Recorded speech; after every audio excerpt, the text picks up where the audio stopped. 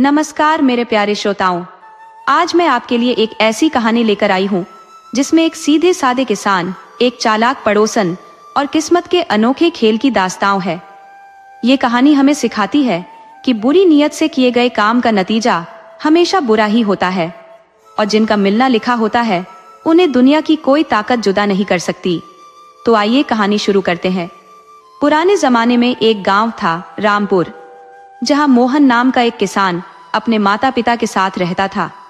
उसके पिता का नाम हरिराम था तथा माँ का नाम पार्वती था। उसके माता पिता काफी बूढ़े हो चुके थे, तो मोहन खाली समय में माता पिता के पास रहता और उनकी सेवा करता और दिन के समय में अपने खेत में काम करता। उसके पास अपनी अच्छी खेती बाड़ी थी, बाग में फलदार वृक्ष थे, दरवाजे पर 3-4 अच्छी नस्ल की गायें थी। मोहन कुल मिलाकर एक सफल और अच्छा किसान था। वह माता पिता की आज्ञा मानता था। परिणाम था कि बेकार में आवारागर्दी करते हुए गांव में नहीं घूमता था। दूसरी सबसे बड़ी बात थी कि वह आवश्यकता से ज्यादा सीधा था। उसके पिता उतने बूढ़े भी नहीं थे कि घर पर पड़े रहे। वह रोज गाय की चरवाही कर दिया करते थे। गांव के पास में जंगल था जिसमें ले जाकर गायों को 4-5 घंटे चरा दिया करते थे। हालांकि मोहन उन्हें मना करता था कि आप मेरी गैर मौजूदगी में माँ की देखभाल कर दिया करो। माँ समय से पहले ही बूढ़ी हो गई है, शायद उन्हें कोई बीमारी है। उसके बाल काले से उजले हो गए हैं। हालांकि माँ के बाल समय के साथ उजले हुए थे, वह कोई बीमार नहीं थी। घर का काम वही करती थी। घर का काम भी आज की तरह आसान नहीं था। रोज रोटी बनाने से पहले गेहूं को हाथ से चलने वाली चक्की में पीसना पड़ता था। चावल बनाना हो तो पहले धान को ओखली में डालकर मूसल से कूटना पड़ता था, तब धान से चावल अलग हो पाता था। फिर उसे सूप से भूसी साफ कर चावल निकालना पड़ता था। फिर भोजन बनाने के लिए मिट्टी के चूल्हे में आग जलाकर तब भोजन बनता था। स्त्रियों को इसके लिए बहुत मेहनत करनी पड़ती थी। मोहन की माँ भोजन के अलावा गाय के दूध की दही जमाती, उसे माखन निकालती, फिर मक्खन से घी बनाती। घी को गांव का बनिया खरीद ले जाता और दूर बाजार में बेचकर मुनाफा कमाता। वह पूरे गांव के किसानों का घी खरीदता। उस गांव से कोई दूध नहीं खरीदता था क्योंकि आसपास कोई बाजार नहीं था। गांव में सभी किसान थे और सभी के पास गाय और भैंस थी। तो मोहन के पिता हरिराम गाय की रखवाली और चराने का काम कर देते थे, तो मोहन गायों का दूध निकालता और खेती का काम देख लिया करता था। माता पिता को एक चिंता लगी थी कि बेटे का ब्याह हो जाए। यह स्वभाव का इतना सरल है कि अपने से कुछ नहीं कर पाएगा। हम खुद प्रयास कर ब्याह नहीं कराए तो यह कुंवारा ही रह जाएगा। हमारे गांव की परंपरा है कि लड़की वाले यह लड़का देखने नहीं आते, बल्कि लड़के वाले लड़की देखने जाते हैं। लड़के वाले ही लड़की ढूंढते हैं। पसंद आ जाने पर फिर ब्याह की तिथि तय होती है। फिर गाजे बाजे के साथ बारात लेकर जाते हैं। तब दोनों का ब्याह होता है और फिर दूसरे दिन दुल्हन को साथ लेकर अपने घर लौट आते हैं। हरिराम ने अपनी पत्नी से कहा कि भाग्यवान, तुम भोला से बेटे के ब्याह की बात चलाओ। भोला अब तक 200 लड़कों को घोड़ी चढ़ा चुका है। वह चाहेगा तो हमारा बेटा मोहन भी घोड़ी चढ़ जाएगा। मोहन की माँ बोली कि आप ठीक कहते हो, मैं उससे बात करती हूँ। भोला पता नहीं कब घर पर रहता है, वो घूमंतु आदमी है। हरिराम बोला कि उसकी पत्नी घर में होगी, वह बता देगी कि कब घर आता है, या उसे आने का समय पता नहीं होगा तो उससे बोल देना कि जब कभी भोला घर आए तो उसे हमारे घर भेज देना। स्त्री बोली कि आप ठीक कहते हो, मैं आज समय निकालकर दोपहर में जाऊंगी। मोहन की माँ घर का काम निपटाकर दोपहर में भोला के घर गई। भोला का घर गांव से पश्चिम में था। संयोग से जब मोहन की माँ पहुंची तभी भोला आ गया। मोहन की माँ खुश हुई कि चलो काम बन गया। उन्होंने भोला से कहा कि बबुआ भोला, मैं तुम्हें ही ढूंढती हुई आई हूँ। तुम घूम घूम कर दूसरे गांव के घरों में दीपक जला रहे हो, लेकिन तुम्हें अपने घर का ख्याल नहीं है। अरे, तुम्हारा भतीजा मोहन अब तक कुंवारा है, उस पर ध्यान ही नहीं देते। भोला बोला कि भाभी, बड़ी उचित समय पर आई हो। श्रीपुर के मंगू सेठ की बेटी का रिश्ता मुझे तय कराने को मिला है। लड़की बहुत अच्छी है, काफी चतुर है। वो मोहन से भी ज्यादा चतुर है। वह घर में आते ही घर का सारा कामकाज संभाल लेगी। मोहन की माँ बोली कि बबुआ, मुझे चतुर बहू ही चाहिए। तुम तो जानते ही हो कि मोहन बहुत भोला है। इतना सीधा है कि दूसरे उससे बेगारी करा लेते हैं, बाग का फल मुफ्त में ले लेते हैं, घर से अनाज भी उठाकर किसी को मुफ्त में दे देता है। हमारी पड़ोस ने तो उसे फुसलाकर गाय का दूध ले लेती है। अब खाने पीने की चीज है तो मैं भी संकोचवश पाबंदी नहीं लगाती, लेकिन बहू के आ जाने पर मोहन मनमानी नहीं कर पाएगा और पड़ोसनों को तो मोहन से कुछ मांगने की हिम्मत ही नहीं पड़ेगी। मोहन की एक पड़ोसन थी, चंपा। वह मंगल की पत्नी थी। पति पत्नी दोनों ही जुगाड़ू थे। मुफ्तखोरी उन्हें अच्छा लगता था। मंगल की पत्नी चंपा मोहन से बहुत खुल मिलकर रहती थी। अधिकार तो मोहन पर ऐसे जताती थी मानो वह उसकी पत्नी हो। मोहन की मां ने कई बार मोहन को समझाया भी था कि तुम्हें तेज स्त्रियों से दूर रहना चाहिए। तुम अभी अविवाहित हो, तुम्हारे कदम बहक सकते हैं। हम खाते पीते संपन्न लोग हैं, तुम्हें अपनी इज्जत का ख्याल खुद रखना चाहिए। लेकिन मां के बहुत समझाने के बाद भी मोहन नहीं मानता था। जब कभी वह इशारे से बुलाती तो उसके घर चला जाता था। हाँ, एक बात थी कि मां से बच बचाकर जाता था। तो मां पहुंच गई थी भोला के पास। भोला ने रिश्ता सुझा भी दिया। तो मोहन की मां बोली कि बबुआ, तुम ये रिश्ता पक्का करा दो, मैं तुम्हें एक जोड़ी पीली धोती और 100 चांदी के सिक्के उपहार में दे दूंगी। भोला बोला कि उन सब चीजों की क्या जरूरत है, भला मैं मोहन के ब्याह कराने के लिए रिश्वत लूंगा। मोहन के दिन इतने भी बुरे नहीं हुए हैं कि ब्याह के लिए रिश्वत देनी पड़े या बहू खरीद कर लानी पड़े। मोहन की मां बोली कि बबुआ, मैं कोई रिश्वत थोड़े ही दे रही हूँ, अगुआ को देना पड़ता है। आखिर अगुआ का भी तो पेट होता है, उसका परिवार होता है, उसे कपड़े पहनने होते हैं। तब भोला बोला कि जब तुम मुझ पर इतना ही खुश हो तो ज्यादा कुछ नहीं, 1 बोरी चावल दे देना और धोती तो एक भी जल जाएगी। हाँ, देवरानी को एक साड़ी दे देना, रुपया पैसा मुझे नहीं चाहिए। मोहन की मां बोली कि चावल तो अभी मोहन से भिजवा देती हूँ। वह घर आई और मोहन से बोली कि बेटा, अभी इसी वक्त भोला के घर 1 बोरी चावल देकर आओ। मोहन बोला, माँ, तुम यह क्या कह रही हो? भला भोला के घर चावल क्यों दे आऊं?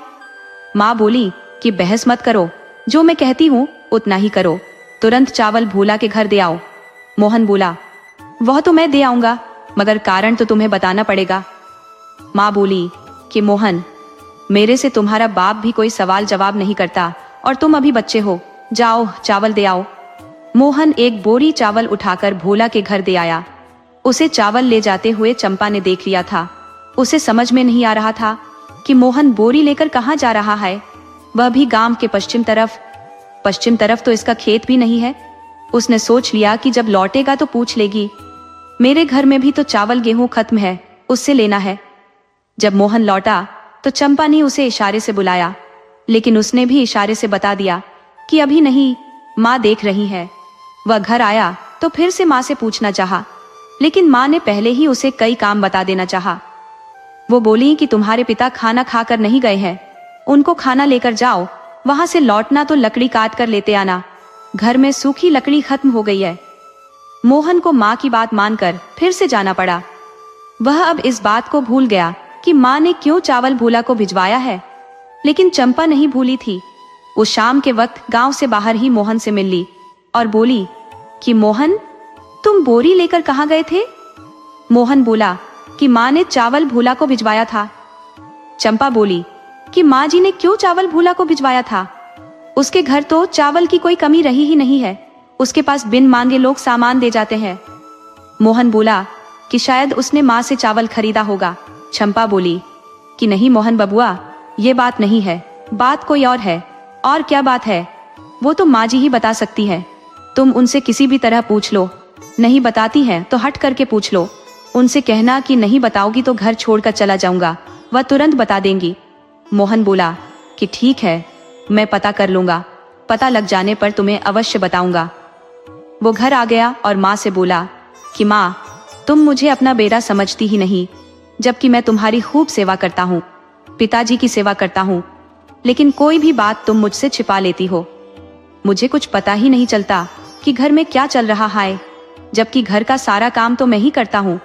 मैं तो घर में एक नौकर भी नहीं हूँ, नौकर को भी घर की जानकारी होती है। मैं अब इस घर में नहीं रहूंगा, मैं कहीं चला जाऊंगा। माँ बोली कि अरे ओ बावले, मैं तुमसे घर की बात इसलिए नहीं बताती कि तू एक औरत की तरह उसका प्रचार करता फिरेगा। कोई भी बात तेरे अंदर पचती ही नहीं है। ऊपर से चंपा से तेरा याराना है। बार बार मना करती हूँ कि पड़ोस की स्त्रियों से कोई मतलब मत रख, लेकिन तू है कि मानता ही नहीं है।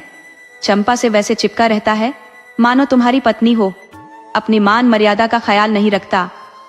तो मैंने तेरे पैर में बेड़िया डालने का विचार कर लिया है। मैंने भूला से बात चलाई है। वो श्रीपुर में एक लड़की देखाया है, वह मंगू सेठ की लड़की है। जल्दी ही तो घोड़ी चढ़ जाएगा, मगर इस बात को किसी से बताना नहीं, चंपा से तो बिल्कुल नहीं। मोहन बोला कि माँ, क्या तुम मुझे बेवकूफ समझती हो?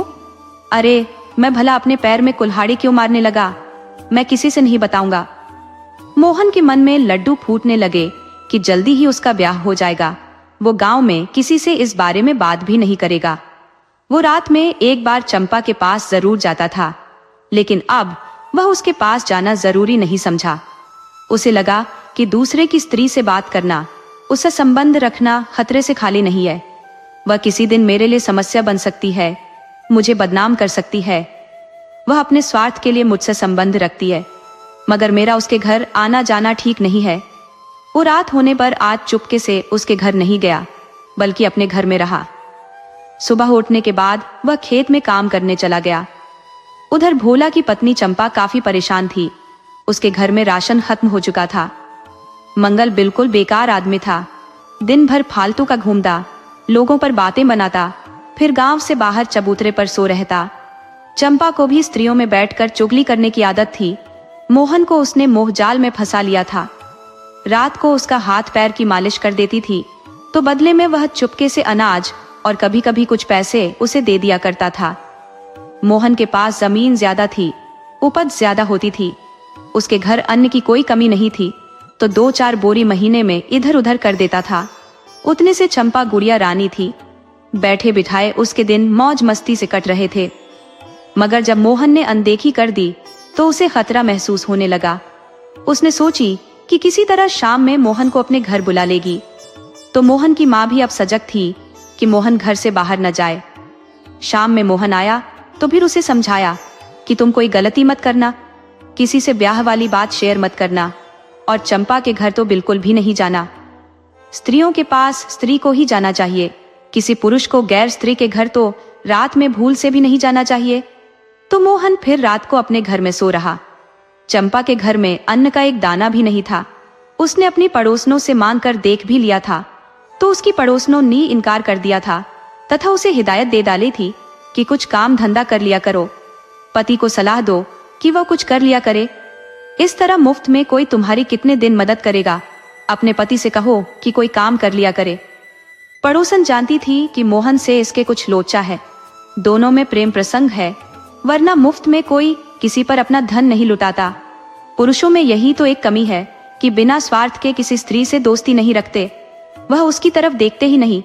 लेकिन जब स्त्री उसे खुला निमंत्रण दे देती हाय, तो उस पर अपनी जान भी न्यौछावर कर सकते हैं। चंपा समझ गई थी कि अब उसका कोई मदद नहीं करने वाला। मोहन अब मेरे पास नहीं आने वाला। वह सुबह की भूखी थी, तो दोपहर में पति के घर आने पर उस पर भड़क गई कि आप दिन भर गांव में घूमते रहते हो, कोई काम नहीं करते, घर में अन्न का एक दाना भी नहीं है। तब मंगल बोला कि भाग्यवान, क्या मोहन ने कोई मदद नहीं की? तब चंपा बोली कि मेरा पति आप हो, मोहन नहीं है। उसकी माँ जब उस पर कढ़ाई कर देंगी तो वो मेरे घर की तरफ आएगा भी नहीं, और फिर मैं उस पर भरोसा क्यों करूं? वह मेरा लगता क्या है? मंगल बोला कि तुम तो जानती हो मुझसे कुछ होगा नहीं। अगर मेरे से कुछ हो पाता तो तुम मोहन से दोस्ती नहीं कर लेती। तुम्हारे उसके संबंध को मैं जानता हूँ, फिर भी इसलिए चुप हूँ क्योंकि वह तेरा खर्चा चलाता है, कपड़े देता है, उसी के अन्न और पैसे से मेरा भी पेट भरता है। किसी भी संबंध से बड़ी भूख है। भूखा आदमी हर तरह का समझौता कर सकता है। मुझे भी मोहन और तुम्हारी दोस्ती मंजूर है, तुम उस दोस्ती को हरगिज मत तोड़ना। चंपा बोली कि वह अब जा चुका है, 2 दिन से मेरे घर की तरफ देखता भी नहीं। अब पहले आप आज के भोजन का प्रबंध करो, बाद में मैं कोई उपाय देखती हूँ। मंगल अब कहाँ से पैसे का प्रबंध करे, कहाँ से अन्न पाए? वो चुपचाप गांव से बाहर जाकर चबूतरे पर सो रहा। वो शाम में भी घर नहीं आया। चंपा की हालत बिगड़ रही थी। वो घर से निकलकर मोहन के खेत में चली गई और उसे देखकर रोने लगी। कि मोहन बबुआ, तुम मुझे भूल गए हो, जबकि मैं तुम्हें अपना सब कुछ मानती हूँ। तुम मेरे पति की तरह हो, तभी तो मैं तुम्हें हर सुख पहुंचाती हूँ, हाथ पैर की मालिश कर देती हूँ। तुम अपने नहीं होते तो मैं तुम्हें छूती ही क्यों? देखो, कल से घर में एक दाना नहीं है, क्या तुम मुझे भूखे मार डालोगे? मोहन बोला कि नहीं, मैं भूखे तुम्हें मारने की बात कहाँ कर रहा हूँ। कुछ मदद कर दूंगा, एक बोरी अनाज आज पहुंचा दूंगा, लेकिन मैं हमेशा मदद नहीं कर सकता। चंपा बोली कि क्यों, क्या मेरी सेवा में कोई कमी रह गई है? मैं तो कब से कहती हूँ कि रात में मेरे घर ही रहा करो, अब नहीं रहते तो मैं क्या कर सकती हूँ, लेकिन मैं अब बहुत मजबूर हो गई हूँ। देखना, आज कुछ बंदोबस्त कर देना, कुछ पैसे का भी बंदोबस्त कर देना। मोहन बोला कि मैं अनाज दे दूंगा, उसी से काम चलाओ, और हाँ, मंगल भैया से बोलो कि वह कुछ काम कर लिया करे, मैं हमेशा तुम्हारी मदद नहीं कर सकता। अब तुम जाओ, कोई स्त्री हमें बात करते देख ली तो मेरी माँ से बता देगी। माँ मेरा पहरा एक पहरेदार की तरह करती है। मैं 2 दिन से इसीलिए तुम्हारे घर नहीं आया और रोज आ भी नहीं सकूंगा। तुम्हें अब खुद आत्मनिर्भर बनना पड़ेगा।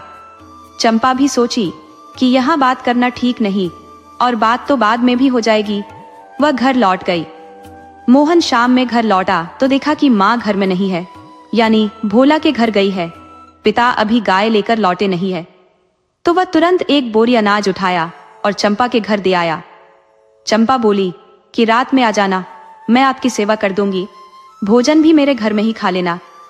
मोहन बोला कि बड़ी मुश्किल से आया हूं, रात में आने की गारंटी नहीं दे सकता। चंपा बोली कि आधी रात में भी फुर्सत मिले तो आ जाना, मेरे घर का दरवाजा खुला रहेगा। मोहन लौट गया। वो घर गया तो उसकी माँ आती हुई दिखी। वह आश्वस्त हुआ कि माँ ने नहीं देखा है कि मैंने चंपा की कोई मदद की है। माँ आते ही बोली कि मोहन, मैं भोला के यहाँ गई थी, वो 3-4 दिन में लड़की के पिता को लेकर आएगा, वह तुम्हें देखने आएंगे। लेकिन उससे पहले मैं तुम्हारे पिता के साथ लड़की देखने श्रीपुर जाऊंगी, मंगू सेठ के घर। मैं लड़की देखकर कल शाम तक लौट आऊंगी। देखना, तुम कोई गड़बड़ मत करना, अपनी घर से एक मुट्ठी अनाज उस डायन चंपा को मत देना। तुम्हें उसके पीछे घूमने की जरूरत नहीं है, 10-15 दिन में तेरी पत्नी आ जाएगी, तुम अपनी पत्नी के साथ रहना। मोहन बोला कि माँ, मैं तुम्हारी हर बात मानता हूँ, लेकिन तुम शंका करने लगती हो।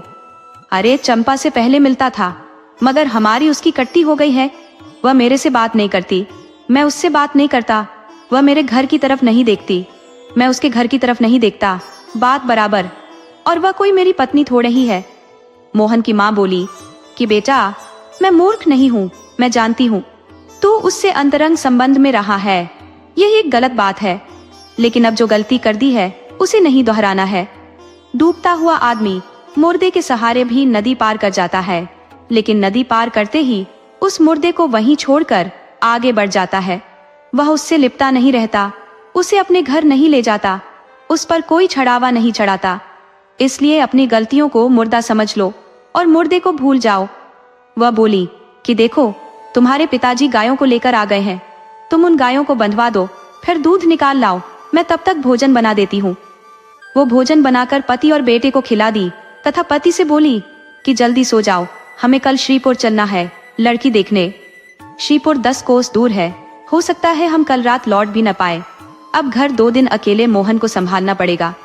माँ ने उसे देर रात तक समझाया कि कैसे रहना, किसी से बात मत करना, ब्याह की चर्चा पर अकेले में भी मत बड़बड़ाना, वरना हम काम बनाने जा रहे हैं और तुम बना बनाया काम बिगाड़ मत देना। दोनों सुबह में श्रीपुर के लिए निकल गए तो मोहन घर में अकेला रह गया। इस बात की खबर चंपा को लग गई। उसने मोहन को अपने पास बुलाया तो मोहन व्यस्त होने का बहाना बनाकर काम पर निकल गया। उसे खेत देखना था, गायों की रखवाली करनी थी, खेत से घास लाना था, तो काम में व्यस्त हो गया। लेकिन चंपा उससे कुछ जरूरी बात करना चाहती थी, जिसमें उसे जानना था कि मोहन के माता पिता कहाँ गए हैं। उनके साथ भोला भी गया है। भोला का मुख्य पेशा किसी का शादी ब्याह कराना है। जरूर मोहन के ब्याह का कुछ मामला है जो मोहन हमसे छिपा रहा है। हे भगवान, यदि मेरी शंका सच निकली तो गजब हो जाएगा। मोहन की पत्नी घर में आ गई तो मोहन मुझे पहचानेगा भी नहीं, मेरा खर्चा कहाँ से चल पाएगा, मुझे अनाज और पैसा कौन देगा। थोड़ी सी खातिरदारी में मेरा सारा खर्च ही चला देता है। वो अब मोहन के माता पिता के बारे में जानने के लिए बहुत बेताब हो उठी। मोहन शाम में घर आया तो उसने बोली कि जरा मेरे घर आ जाना, आज बहुत जरूरी काम आ पड़ा है। मोहन बोला कि मैं आज नहीं आ सकता, मेरे माता पिता मेरे घर पर नहीं है, मुझे घर की रखवाली करनी है, वह आज रात नहीं आने वाले। चंपा बोली कि वे दोनों गए कहाँ हैं? मोहन बोला कि बूढ़े हो गए हैं, गए होंगे कहीं घूमने फिरने। चंपा समझ गई कि मोहन मुझसे कुछ छिपा रहा है, ये अब मेरे से विमुख हो रहा है। पहले छोटी से छोटी बात मेरे से शेयर कर देता था, लेकिन अब मेरे से ही रात छिपा रहा है। वो बोली कि मोहन, तुम अकेले घर में कैसे रहोगे, तुम्हें डर नहीं लगेगा? मोहन बोला कि नहीं, मुझे डर क्यों लगेगा, कई बार अकेले रहा हूं। चंपा बोली, झूठ बोल रहे हो, तुम 2 बार अकेले रहे हो और दोनों बार मैं तुम्हारे साथ रही हूँ। तुम्हारी माँ ने ही मुझे तुम्हारे साथ रहने को कहा था और उसी वक्त से तुम मेरे संपर्क में हो, तो फिर आज क्यों नहीं कहते कि भाभी रात को घर आ जाना, मुझे डर लगता है। मोहन बोला कि तब मैं बहुत छोटा था, अब बड़ा हो गया हूँ। चंपा बोली कि उतने बड़े नहीं हुए हो जो सामने बरगद वाली डायन का मुकाबला कर सको। मोहन बोला कि भाभी सचमुच बरगद के पेड़ पर डायन रहती है? चंपा बोली कि और नहीं तो क्या, मैं कई बार देखी भी हूं। मोहन बोला कि तब तो भाभी आप मेरे घर ही आकर सोना, अकेले में मुझे बहुत डर लगेगा।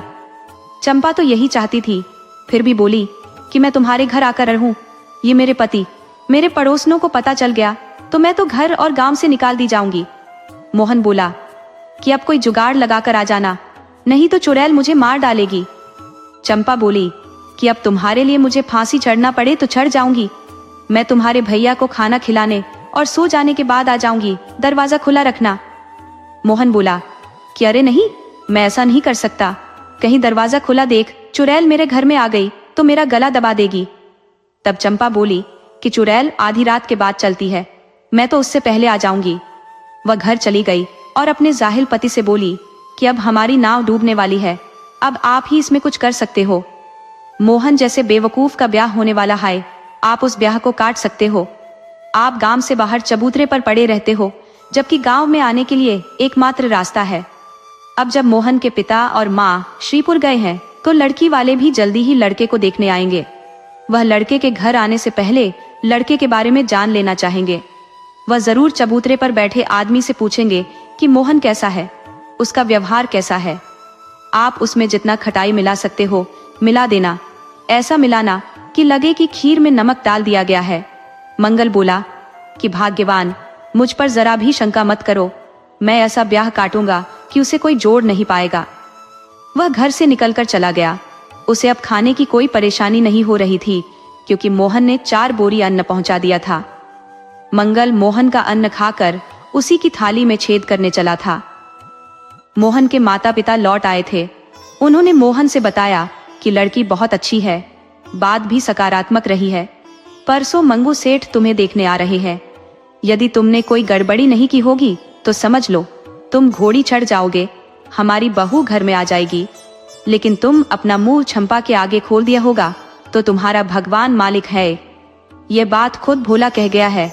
तुम्हारे और चंपा के संबंध भले ही हम नहीं जानते हो या आंखें बंद किए हो, मगर गांव का बच्चा बच्चा जानता है कि तू उसके घर में रात को मिलता है, उसके खर्चे तुम चलाते हो। तुम्हारे खर्चे पर सिर्फ चंपा ही नहीं पलती, उसका निकम्मा पति भी पलता है। वह इतना गया गुजरा आदमी है कि अपनी लंपट स्त्री के भरोसे जीता है। उसका अपना कोई अस्तित्व नहीं है, मगर बातें ऐसा करता है मानो इस गांव का जमींदार है। मोहन बोला कि माँ, तुम मुझ पर भरोसा नहीं करती, मैंने उससे दूरी बना ली है। पहले भी मैं उससे सिर्फ बातें किया करता था, अब पड़ोसन हाय और भूखे मरने लगे तो दया आ ही जाती है, तो मैंने पहले कुछ मदद कर दिया था। माँ बोली कि बेटा ठीक कह रहा है, पहले तू थोड़ा मदद कर देता था और अब वह खुद व्यापार करती है। अरे वह आज भी कुछ नहीं करती और तेरी मूर्खता के कारण बैठकर खाती है। हम तेरा भला करने के लिए दिन रात मेहनत करते हैं और तू अपनी जड़ खुद खोद रहा है।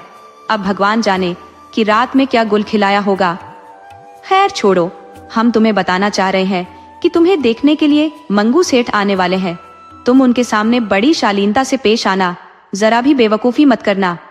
मोहन भले ही माँ से झूठ बोल रहा था, लेकिन उसने गलती तो कर दी थी। उधर 2 दिन पलक झपकने के बराबर में गुजर गए। मंगू सेठ मोहन को देखने के लिए श्रीपुर से चल दिए। जब रामपुर के पास आए तो उनके मन में कई तरह के विचार उठने लगे कि कोई भी आदमी अपने बेटा बेटी की बुराई नहीं करता। लड़के में चाहे लाख अवगुण हो, लेकिन माँ बाप के लिए उनका बेटा संसार का सबसे सुंदर बेटा होता है।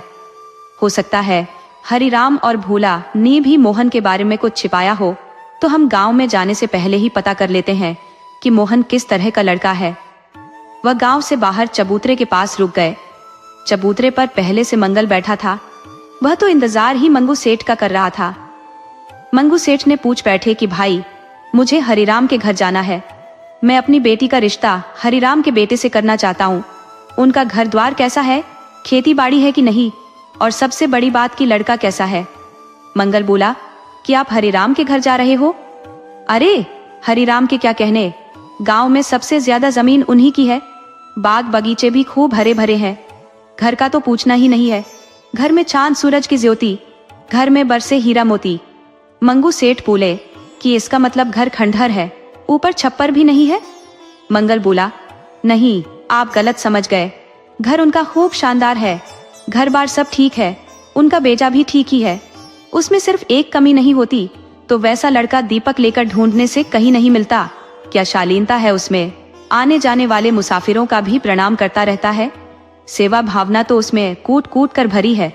आपके लिए ठीक ही है। मंगू सेठ बोले कि आप उसमें कोई एक कमी बता रहे थे। मंगल बोला छोड़िए उन छोटी मोटी कमियों को। भला कौन आदमी होगा जिसमें कोई कमी ना हो। हर इंसान में कोई ना कोई कमी रहती है। मंगू बोला कि कोई बड़ी कमी नहीं है तो ब्याह होते ही वह कमी दूर हो जाएगी। मंगू सेठ बोला कि वो कमी क्या है, मैं भी तो जरा सुनूं। मंगल बोला कि आप जानकर क्या करोगे। मैंने कहा न कि ब्याह होते ही सब ठीक हो जाएगा। मंगू सेठ बोला कि देखिए, आप बेवकूफी वाली बात मत करो। अगर कुछ उसके बारे में जानते हो तो बताओ, इस तरह मुझे उल्लू मत बनाओ। हर गांव में 1-2 आदमी मिल जाते हैं जो बात को घुमाने लगते हैं। अरे जो बात है साफ साफ बोल दो। मंगल बोला कि उसे एक रोग है, वह किसी भी स्त्री की नाक दांत से पकड़ लेता है। कई को तो काट भी दिया है, कई बार उसके लिए पीटा भी गया है, लेकिन बुरी आदत है, छूटती नहीं। परंतु अब उसकी आदत छूट जाएगी। मंगू सेठ बोले कि कैसे छूट जाएगी। तब मंगल बोला कि अब वह सिर्फ आपकी बेटी की नाक कान काटेगा, दूसरी स्त्रियां उससे बच जाएंगी। मंगू सेठ बोले कि मुझे उस मूर्ख से बेटी का ब्याह ही नहीं करना। वह आदमी है या कुत्ता है जो स्त्रियों की नाक कान काट खाता है। मंगू सेठ वहां से ही अपने गांव को लौट चले। रास्ते में एक आदमी और मिल गया, उसका नाम घर खाली था। मंगू सेठ ने हरिराम का विवरण उस आदमी से पूछ लिया तो घर खाली ने बताया कि हरिराम सम्मानित आदमी है। उनका बेटा बहुत सरल स्वभाव का है। वह अपने माता पिता का आज्ञाकारी पुत्र है। वैसा लड़का हमारे गांव में कोई नहीं है। तब मंगू सेठ बोले कि आप मोहन के बारे में कुछ छिपा रहे हो। वहां चबूतरे पर बैठा आदमी बता रहा था कि मोहन स्त्रियों को दांत से काट लेता है। तब घर खाली बोला कि आप उसकी बात मान गए। अरे उससे तो अपनी पत्नी संभलती नहीं। भला हो मोहन का, जो उसकी स्त्री को दाना पानी डाल देता है, बेचारी किसी तरह जी लेती है। मोहन दयावान व्यक्ति है, उससे पड़ोसनों का दुख देखा नहीं जाता है, वह मदद करता रहता है। आप हरिराम के पास जाओ, मोहन से मिलो, तब आपको पता चल जाएगा। मंगू सेठ समझ गए कि पेड़ के पास बैठा आदमी गांव का कांटा है। वह हरिराम के घर गए तो हरिराम ने मंगू सेठ का बहुत स्वागत किया। मोहन भी बहुत शालीनता से पेश आया। भोला को भी हरिराम ने बुला लिया था। मंगू सेठ ने मोहन से बेटी का ब्याह तय कर दिया और गांव लौट गए। जाते वक्त गांव में घूम घूम कर देखे, खासकर स्त्रियों को। उन्होंने देखा कि गांव में एक भी स्त्री की नाक नहीं कटी है। मंगल भी जान गया कि अब मेरा जादू नहीं चल पाया है। वह पत्नी के पास आया तो वह भड़क उठी कि एक काम भी ढंग का नहीं करते। मैं बोली थी कि किसी तरह मोहन का ब्याह काट दो, मगर वह भी नहीं कर सके। अब बीड़ा मुझे ही उठाना पड़ेगा। मैं मोहन से बात करती हूँ। मैं 1-8 महीने के लिए मोहन के साथ कहीं चली जाऊंगी, तब आप चिंता मत करना। मंगल बोला कि मुझे चिंता किस बात की होगी। मैं जानता हूँ कि तू एक बार मोहन के साथ भाग गई तो मेरे पास वापस नहीं आने वाली। हाथ आई चिड़िया एक बार उड़ गई तो कभी वापस नहीं आती। लेकिन मुझे पूरा भरोसा है मोहन तेरे साथ नहीं भागेगा, इसलिए मुझे कोई चिंता नहीं है। चंपा बोली कि मेरे हर शुभ काम में अड़ंगा डालते हो, तुम्हारे में दम है नहीं कि मुझे एक वक्त की रोटी दे सको। अब मुझे जो रोटी देगा तो उसके साथ तो रहूंगी ही। जब पेट खाली रहेगा तो कौन किसका पति और कौन किसकी पत्नी। रिश्ते भी तभी चल पाते हैं जब पेट भरा हो, खाली पेट तो भगवान भी याद नहीं आते। अगर मेरी बात मोहन से नहीं बनती तो मुझे खुद कोई ना कोई प्रबंध करना पड़ेगा। मैं तुम्हारे साथ नहीं रह सकती। अगर चाहते हो कि मैं तुम्हारे साथ रहूं तो आज से ही कोई काम शुरू कर दो। मंगल बोला कि मैं बादशाह आदमी हूँ, मैं कोई काम नहीं करने वाला। तुम्हें रहना है रहो, जाना है जाओ। इतना कह वह चला गया। चंपा मोहन से मिलने के जुगाड़ में पड़ गई। वह मोहन के घर आ गई तो हरिराम ने उसे मना कर दिया कि तू मेरे घर मत आया कर और मोहन से दूर रह। उसने अपने घर का दरवाजा बंद कर लिया। मोहन चाहकर भी चंपा से नहीं मिल सकता था। देखते देखते 1 सप्ताह गुजर गया। मोहन ससुराल के लिए बारात लेकर निकल पड़ा। उसने मंगल को कोई निमंत्रण नहीं दिया था तो वह बागी बन गया था। उसने पत्नी से बोला कि मैं अब अंतिम हथियार का प्रयोग करने श्रीपुर जा रहा हूँ। वह मोहन की बारात जाने से पहले ही श्रीपुर पहुंच गया। उधर मोहन की बारात श्रीपुर में मंगू सेठ के द्वार पर जा लगी। द्वार पूजा पर वर पुजाई की रस्म पूरी हुई। घर की औरतें देवी पूजन को मंदिर में गई। वहीं एक स्त्री को अकेली देख मंगल ने उसकी नाक दांत से काट ली। स्त्री जब तक समझती मंगल भाग लिया, लेकिन भागते हुए मंगल का कपड़ा स्त्री ने पकड़ लिया, लेकिन मंगल उस कपड़े को छोड़कर भाग लिया। वह भागते हुए मंगू सेठ के पास आया और बोला कि मैंने मना किया था कि कुत्ते से बेटी का ब्याह तय मत करो। देखो उसने एक स्त्री की नाक काट ली है। उधर मंदिर पर गई औरतें हो हल्ला करते हुए भागी आ रही थी। मंगल वहां से भाग लिया तो मंगू सेठ ने भी सोच लिया कि कुत्ते जैसे काटने वाले लड़के से मुझे बेटी नहीं ब्याहनी। मैं महामूर्ख से बेटी ब्याह दूंगा मगर कुत्ते से नहीं। उसने अपने आदमियों को आदेश दिया कि मारो बारातियों को, दूल्हे को भी मारो। उसने हमारे गांव की स्त्री की नाक काट ली है। गांव वालों को तो आदेश की जरूरत थी, बारातियों को दौड़ा लिया। बाराती दूल्हे सहित भाग लिए। बाराती सोच रहे थे कि यह क्या हो गया। हम कितनी तैयारी से आए थे कि हमें मिठाई खाने को मिलेगी, पूरी जलेबी बूंदिया का मजा लेंगे, मगर मिठाई के बदले लाठी मिल गई। उन सबों को समझ में नहीं आ रहा था कि जब हमारे साथ मोहन मौजूद है तो कब मंदिर में जाकर स्त्री की नाक काट ली। और फिर भला कोई बेवकूफ स्त्री की नाक काटेगा? नाक काटने से क्या हासिल हो पाएगा? बेचारी कुरूप हो जाएगी। बहुत से विचार करते हुए बाराती रामपुर लौट आए। उधर नाक कटी स्त्री मंगू सेठ के पास आई और बोली कि आपने दूल्हे और बारातियों को क्यों भगा दिया? दूल्हे ने मेरी नाक नहीं काटी थी, बल्कि शाम में जो आदमी आपसे मिला था उसने मेरी नाक काट ली, लेकिन नाक मेरी कटी नहीं है। क्या है कि मेरे नाक से पानी बह रहा था, वो पानी को ही नाक समझकर ले गया। देखिए उसका कपड़ा मेरे हाथ में है। मंगू सेठ समझ गया कि साला रामपुर के चबूतरे पर मिले आदमी ने सारा खेल बिगाड़ दिया। बाराती तो भाग गए, अब बेटी का ब्याह कैसे हो? उसने बहुत विचार कर अपने दूर के रिश्तेदार से लड़की का ब्याह करा दिया, लेकिन लड़की ने बगावत कर दी कि मुझे इस बेवकूफ के साथ नहीं जाना। मेरा ब्याह कहीं और तय था और आप इस पागल से मेरा ब्याह करा दिए। ये तो ठीक से बोलता भी नहीं। मंगू सेठ ने अपनी इज्जत की दुहाई देकर लड़की को उस आदमी के साथ सुबह में विदा कर दिया। क्योंकि वह डोली बारात तो लाया नहीं था तो पैदल ही चल पड़ा। चलते चलते वह महुआपुर के जंगल में पहुंच गए।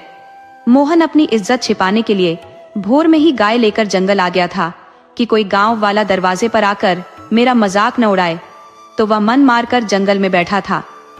उधर लड़की को विदा कराकर जंगल के रास्ते वो आदमी जा रहा था। वो लड़की से बोला कि तुम बहुत सुंदर हो, बड़े भाग्य से मुझे मिली हो। लड़की बोली कि ओ तोतले, तू ज्यादा खुश ना हो, मैं सिर्फ अपने पिता की इज्जत बचाने के लिए घर से निकल आई हूँ। अब जरूरी नहीं है कि तेरे घर जाऊं, मुझे तेरे घर नहीं जाना।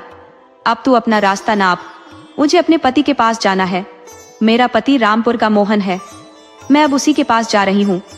वो आदमी उसे मनाने लगा कि तुम्हारे पिता ने ही तो तुम्हारे साथ मेरा ब्याह किया है।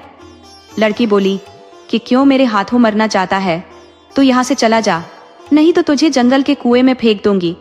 वो बोला कि तुम्हारे बाप का राज है, तू मेरी पत्नी है, नहीं चलेगी, मेरे साथ तो बहुत मारूंगा। लड़की बोली कि तोतले, मैं तुझे भौंकने के लिए जिंदा नहीं छोड़ूंगी।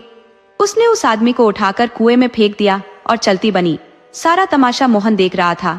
वह लड़की से बोला कि ठहरो, उस आदमी को कुएं में क्यों फेंका? अरे वह तो मर जाएगा। मोहन तुरंत उस आदमी को रस्सी के सहारे कुएं से बाहर निकाला। बाहर निकलते ही वह आदमी भाग खड़ा हुआ कि इस नागिन के साथ मुझे नहीं रहना। वह भाग गया। तब मोहन बोला कि जब तुम्हें इस आदमी के साथ नहीं रहना था तो उसे छोड़ देती, मारने की क्या जरूरत थी? मैं यहाँ नहीं होता तो वह आदमी मुफ्त में मर जाता। लड़की बोली कि मैं कब से समझा रही थी, परंतु मेरी सुन ही नहीं रहा था, तो मुझे यह कदम उठाना पड़ा। मोहन बोला कि अब कहाँ जाओगी? तब लड़की बोली कि मुझे अपने पति के पास जाना है, रामपुर के मोहन के पास। तब मोहन बोला कि जब तुम मोहन के पास जाना चाहती हो तो कहीं जाने की जरूरत नहीं है, क्योंकि रामपुर का मोहन मैं ही हूं। लड़की जब गौर से देखी तो पहचान गई। वो मोहन से बोली कि क्षमा करना, मैं आपको पहचान नहीं सकी, आप मुझे माफ करो और अपने घर ले चलो। मोहन की तो खुशी का ठिकाना नहीं रहा। वो लड़की को लेकर घर आ गया। चंपा जब देखी कि मोहन अपने लिए पत्नी ले आया तो गश खाकर गिर पड़ी। मंगल बोला कि भाग्यवान, अपने को संभालो, तुम मोहन की नहीं मेरी पत्नी हो। मुझे समझ में आ गया है कि क्या करना है। मैं अब मोहन के खेत में काम करूंगा, तुम भी करना।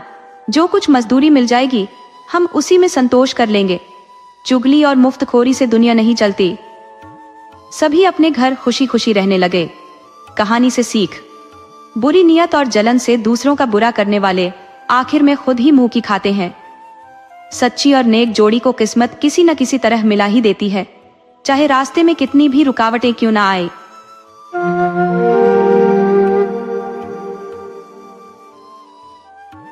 आज हम आपके लिए एक राजा, एक रानी और एक रहस्यमयी चोर की बहुत ही रोमांचक कहानी लेकर आए हैं।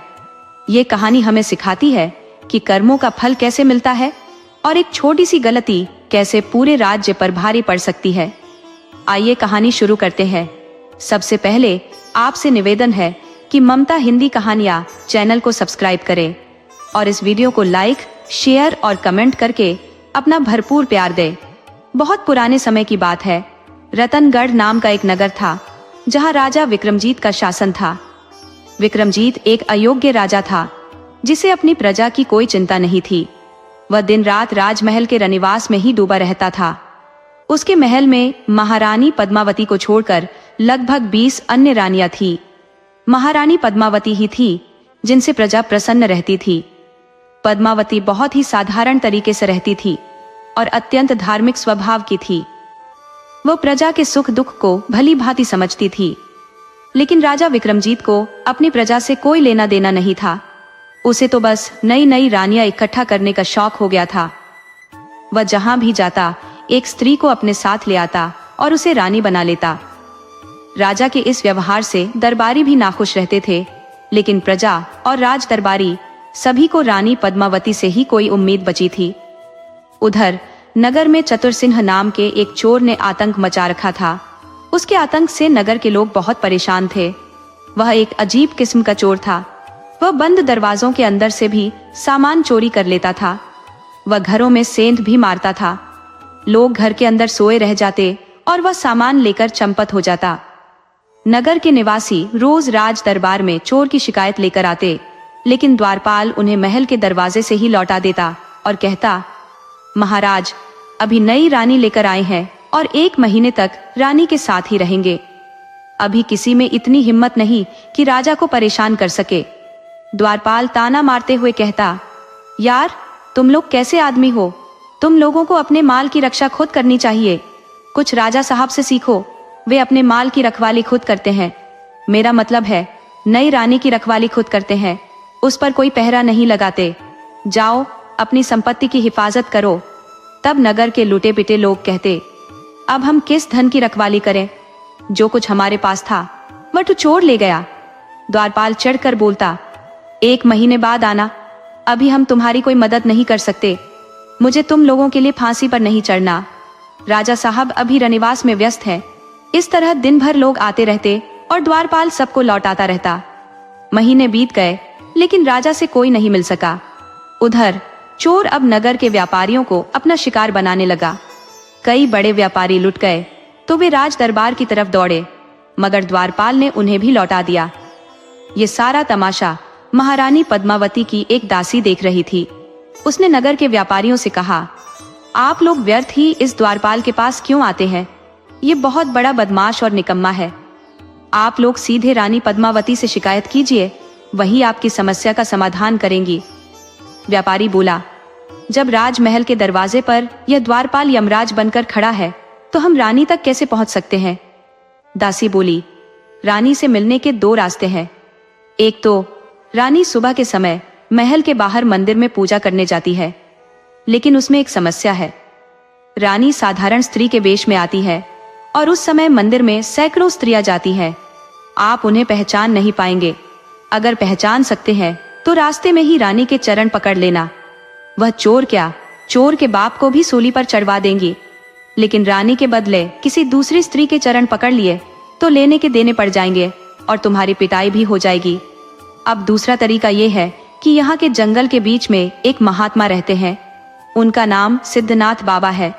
रानी उनका बहुत आदर करती है और राजा भी सिद्धनाथ बाबा से डरता है। आप लोग सिद्धनाथ बाबा से मिलिए, वह या तो राजा को ही सुधार देंगे या फिर चोर सुधर जाएगा।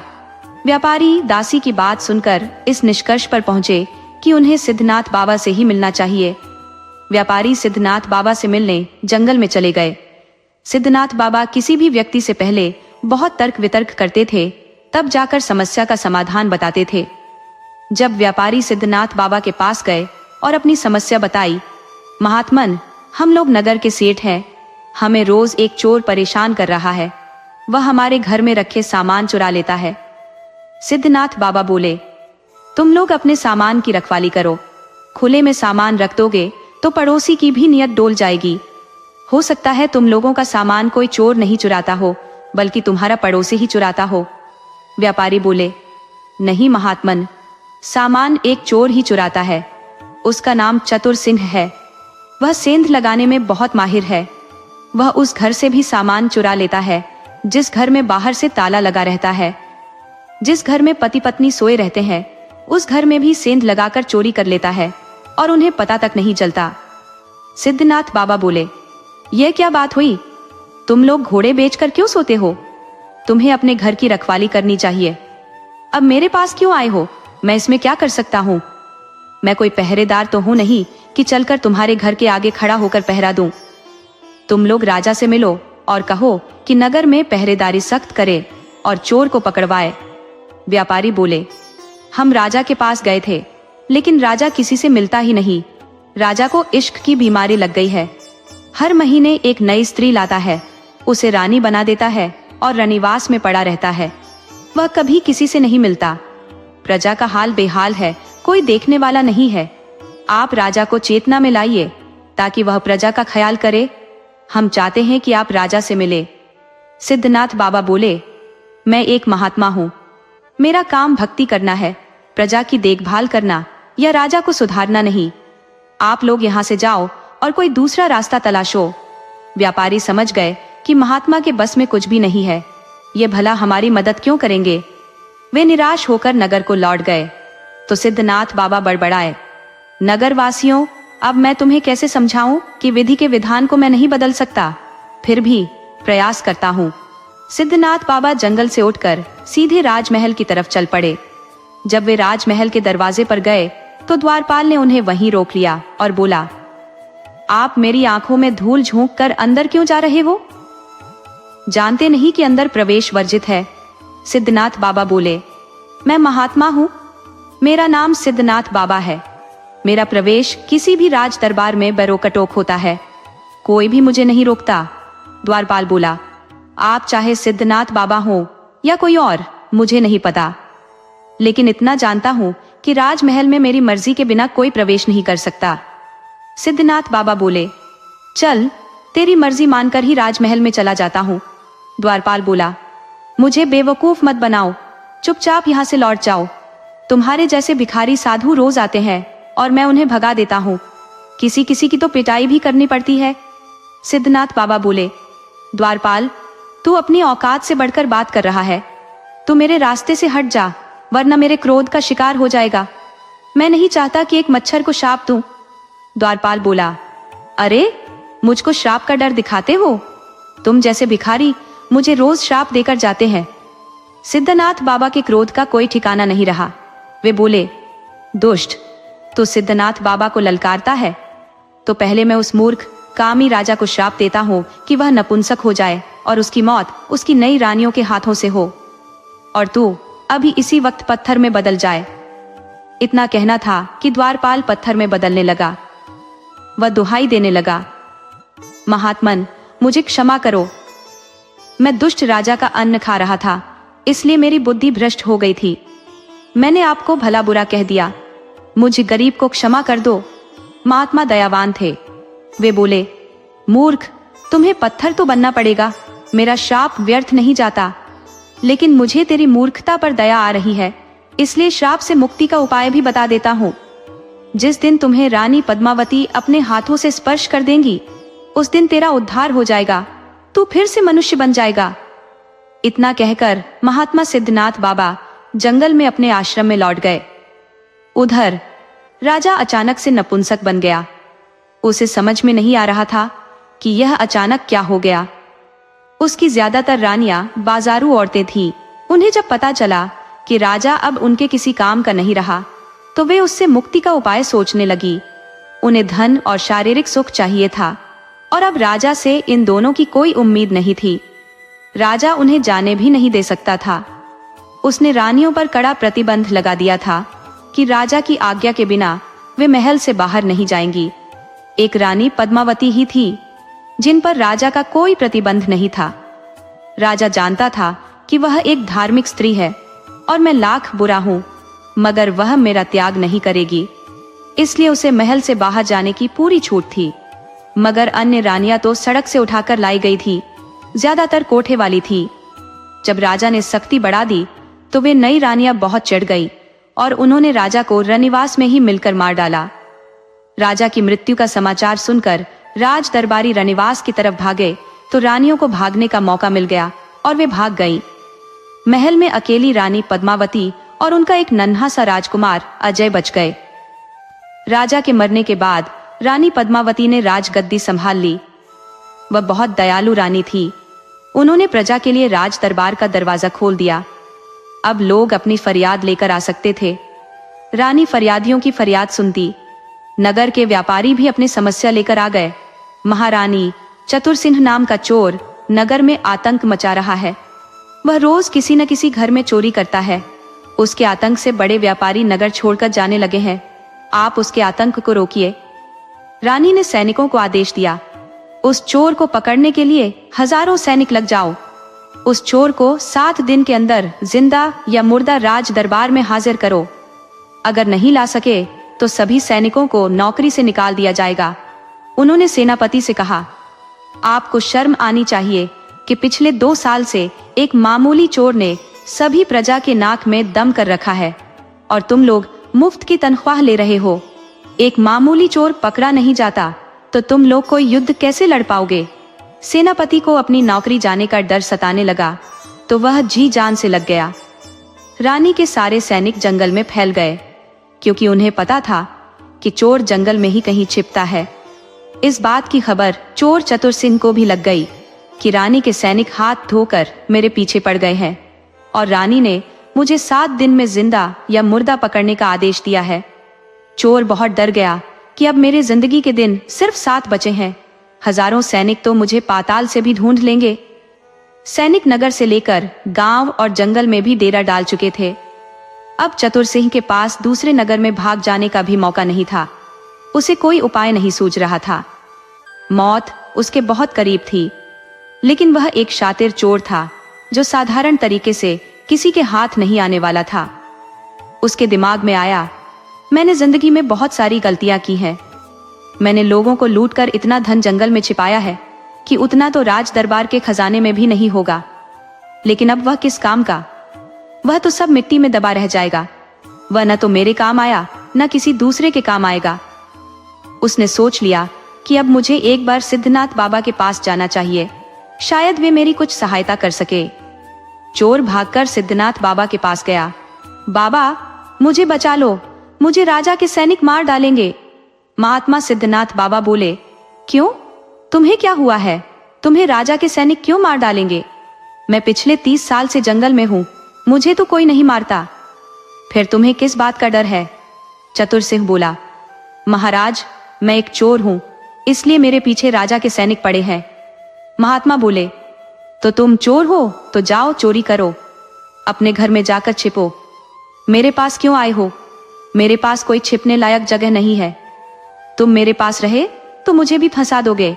सैनिक मुझे चोर का मददगार समझकर पकड़ ले जाएंगे।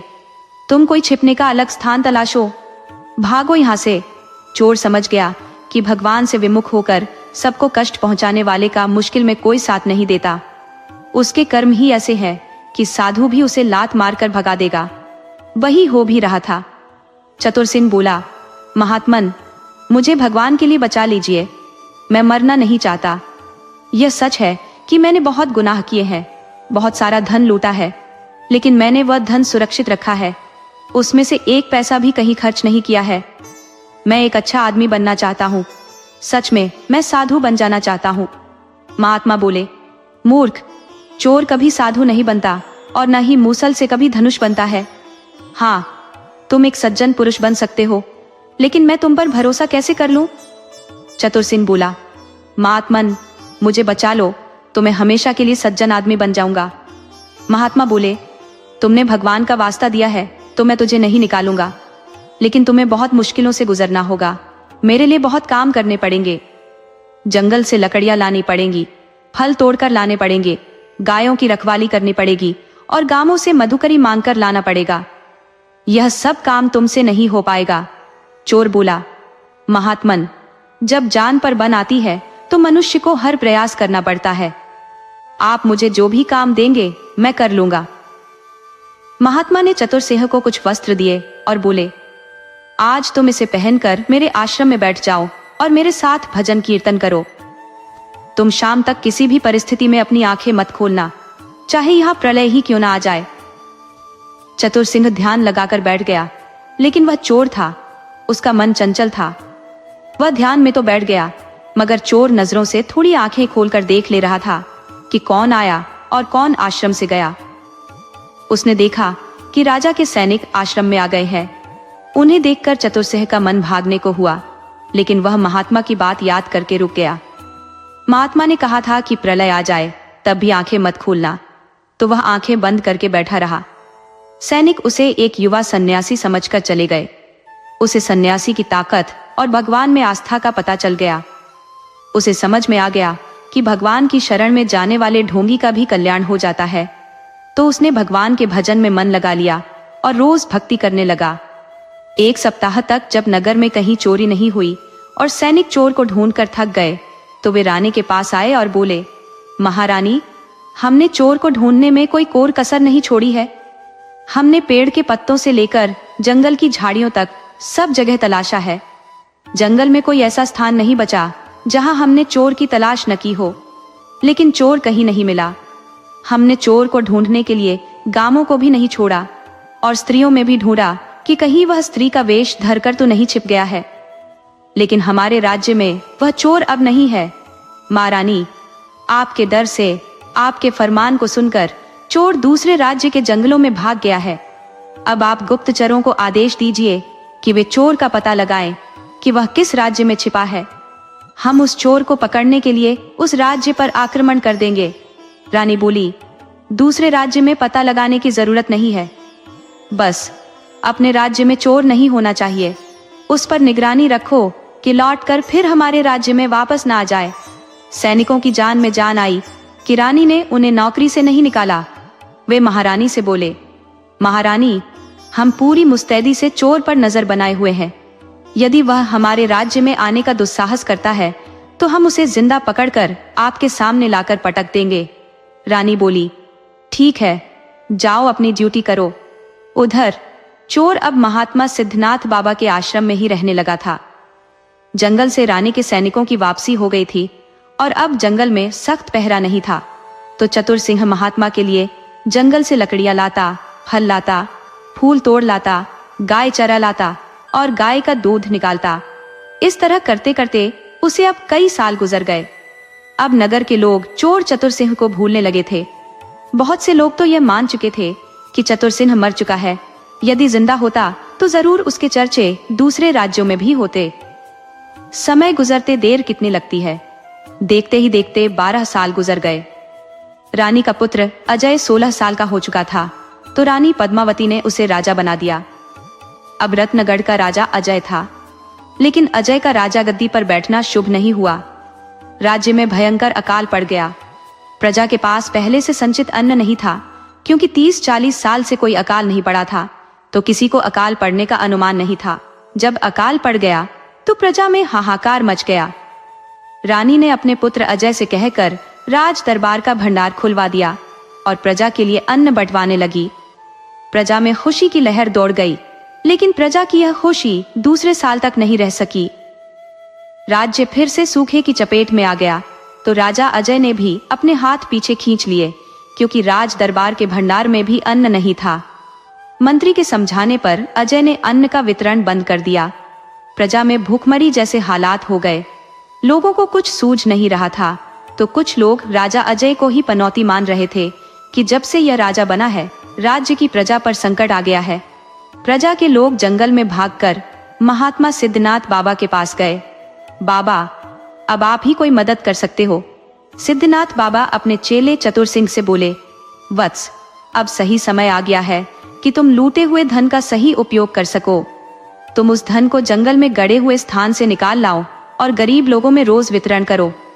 उस धन से प्रजा के लोग अन्न खरीद लेंगे। राज्य में सूखा पड़ने से विपत्ति नहीं आई है, विपत्ति जमाखोरी से आई है। दरअसल तुम लुटेरे नहीं थे, असली लुटेरे तो अब भी नगर के बीच बैठे हैं, जो गरीबों का खून पीते हैं। उनकी गाड़ी कमाई को औने पौने दामों में खरीद कर उसे 3 से 4 गुनी कीमत में बेच रहे हैं। गरीब प्रजा के पास तो पैसे ही नहीं है। तुम उस लूटे हुए पैसे को अब पुण्य के काम में लगा दो। चतुर सिंह ने इतना धन छिपा रखा था कि वह 4-5 साल तक राज्य की प्रजा को खिला सकता था। वह महात्मा सिद्धनाथ बाबा का आदेश पाकर दूसरे दिन से प्रजा में धन का वितरण करने लगा। प्रजा के लोग राज दरबार न जाकर सिद्धनाथ बाबा के आश्रम में जाने लगे। सिद्धनाथ बाबा चमत्कारी महात्मा थे। उनसे भूखे प्यासे प्रजा का दुख देखा नहीं गया, तो उन्होंने अपने योग बल से एक अक्षय पात्र प्रकट कर लिया और अब धन के साथ भोजन भी बंटने लगा। प्रजा के लोग महात्मा सिद्धनाथ बाबा के जयकारे करने लगे। इस तरह 1-2 दिन नहीं, पूरे 3 साल गुजर गए।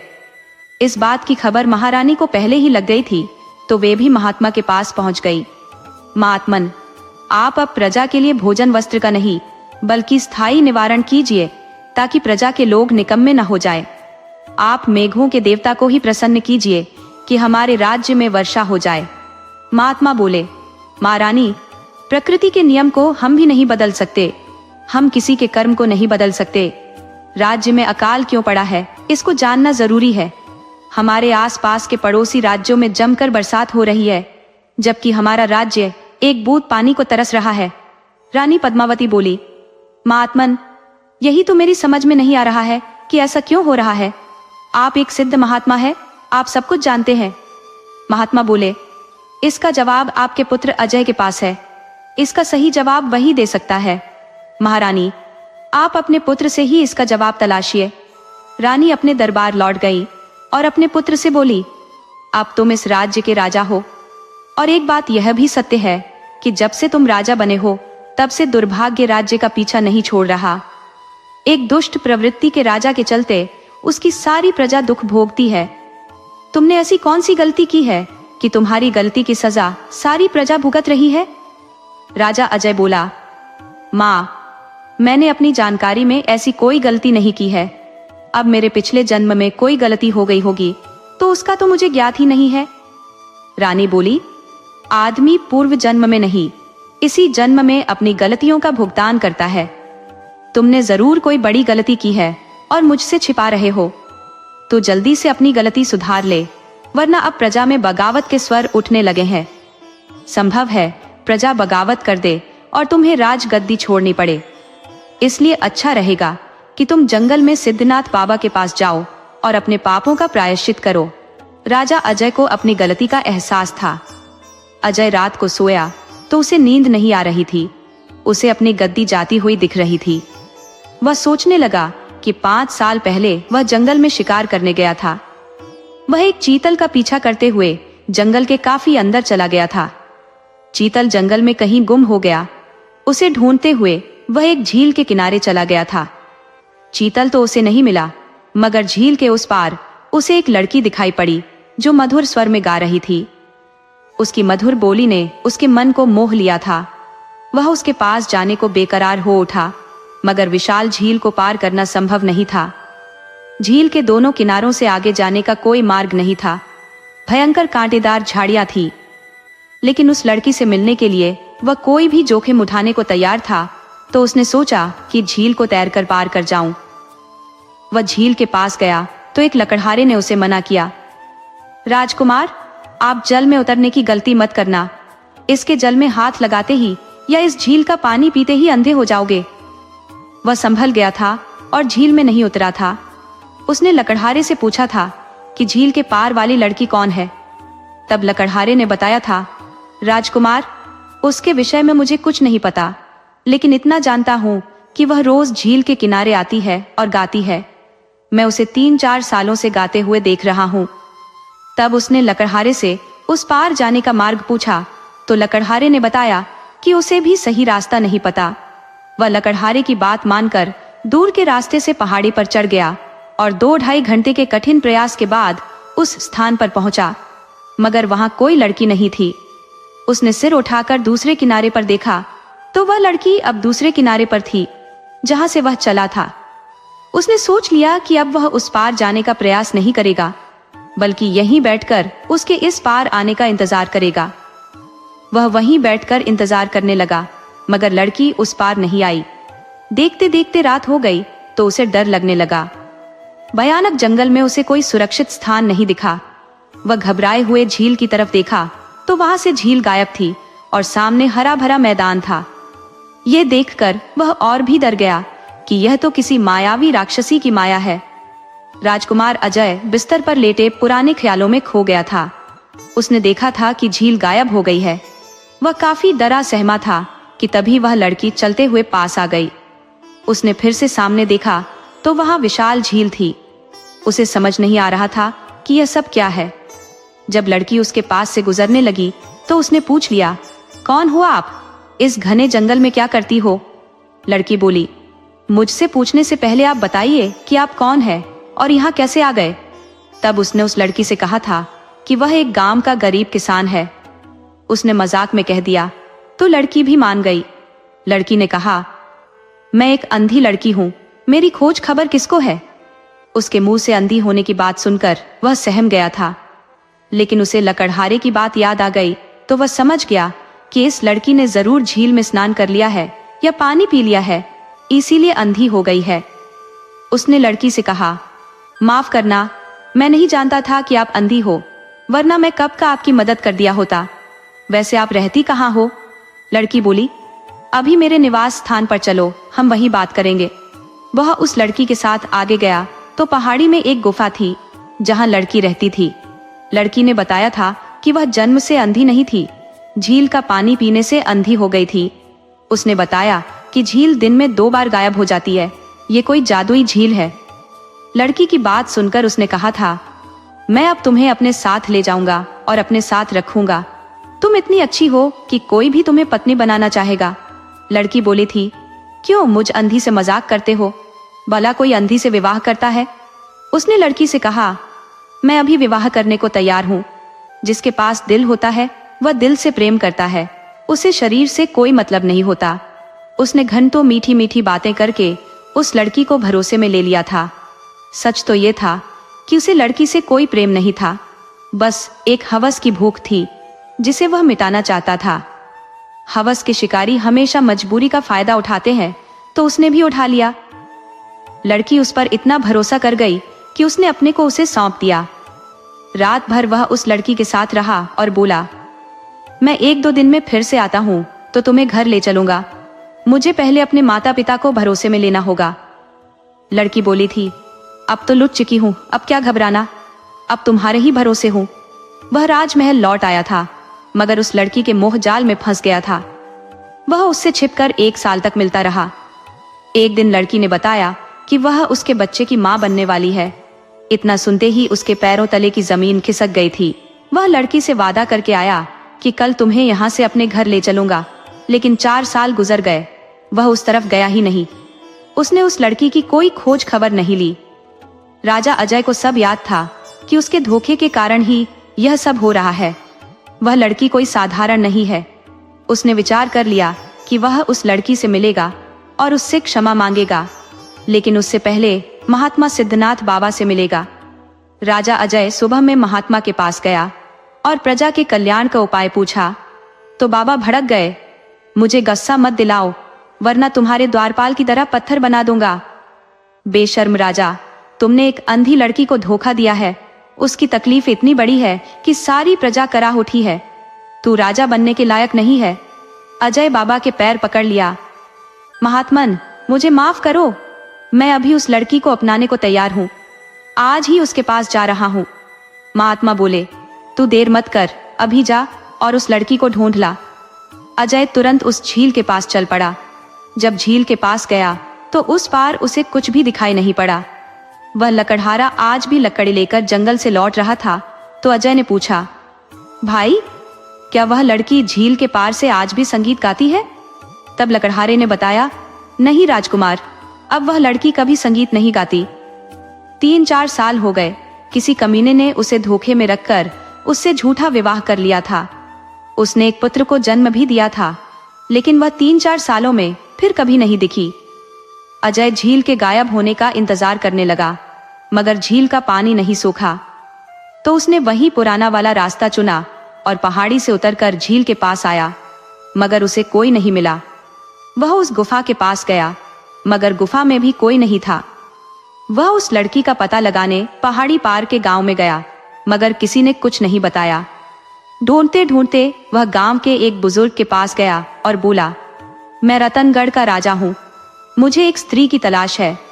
वह आदमी बोला, हाँ, एक लड़की उस पार रहा करती थी, मगर कोई धोखेबाज उसे छल गया। वह कहीं चली गई, पता नहीं उसका क्या हुआ। राजा ने एक उपाय सोचा। वह उस बूढ़े आदमी के पास गया और बोला, बाबा, मुझे उस लड़की का पता बता दो। लड़की को धोखा देने वाला किसान पकड़ लिया गया है, लेकिन वह खुद को निर्दोष बता रहा है। अब वह लड़की ही उसकी शिनाख्त कर सकती है।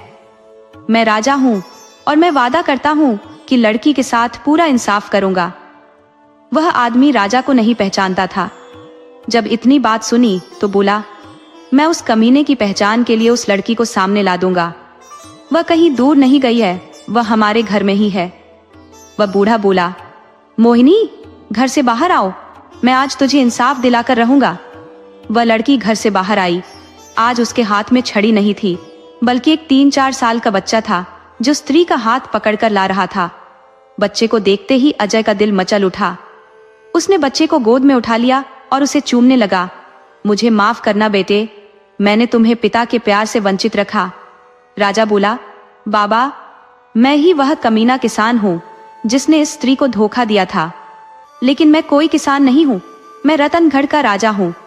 ये लड़की मेरी रानी है और ये बच्चा मेरा राजकुमार है। बाबा, आप मेरी पत्नी और बच्चे को विदा करो। लड़की आवाज से ही पहचान गई थी। वह बहुत नाराज हुई। मैं आपके साथ नहीं जा सकती। धोखेबाज का क्या भरोसा? राजा बोला, मैं अपनी गलतियों के लिए तुमसे क्षमा मांगता हूँ, मुझसे बड़ी गलती हो गई थी। तुम मेरे साथ नहीं तो इस बाबा के साथ ही मेरे दरबार में चलो। पहले हमें सिद्धनाथ बाबा के आश्रम चलना है। वह राजा अजय के साथ महात्मा सिद्धनाथ बाबा के आश्रम के लिए चल पड़ी। उसने राजा से कहा, आपने मेरे विषय में कुछ नहीं जाना है। मैं देवगढ़ राज्य के राजा इंद्रसेन की राजकुमारी मोहिनी हूँ। मुझे शिकार का बहुत शौक था। मैं शिकार के चक्कर में इस जंगल में आ गई और झील का पानी पीकर अंधी हो गई। अजय उसे लेकर सिद्धनाथ बाबा के पास गया। बाबा, मुझे मेरी पत्नी मिल गई है, मेरा राजकुमार मिल गया है। सिद्धनाथ बाबा ने अपने कमंडल से पानी लिया और लड़की की आंखों में छिड़क दिया। पानी पड़ते ही लड़की देखने लगी। अपने बेटे और पति को देखकर वह खुश हो गई। यह देखकर सिद्धनाथ बाबा नाचने लगे और उनके नाचने से जंगल के मोर भी नाचने लगे। फिर क्या था, भयंकर बारिश हुई और 5 साल का अकाल समाप्त हो गया। प्रजा में खुशी की लहर दौड़ गई।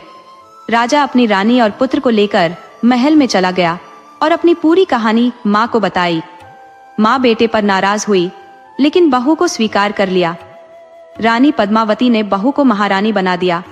तब अजय बोला, माँ, हमारे दरवाजे पर जो द्वारपाल पत्थर में बदल गया था, वह तुम्हारे स्पर्श से इंसान बन जाएगा। रानी ने उस द्वारपाल को स्पर्श किया तो वह 16 साल से ज्यादा समय बाद फिर से इंसान बन गया। अजय रानी मोहिनी की सलाह से एक अच्छा राजा साबित हुआ। एक सीख, ये कहानी हमें सिखाती है कि राजा हो या रंक, किसी को धोखा देना और अपनी जिम्मेदारियों से भागना पाप है, जिसका फल पूरे समाज को भुगतना पड़ता है। सच्ची क्षमा और प्रायश्चित से ही संकट दूर होते हैं और जीवन में पुनः खुशहाली आती है।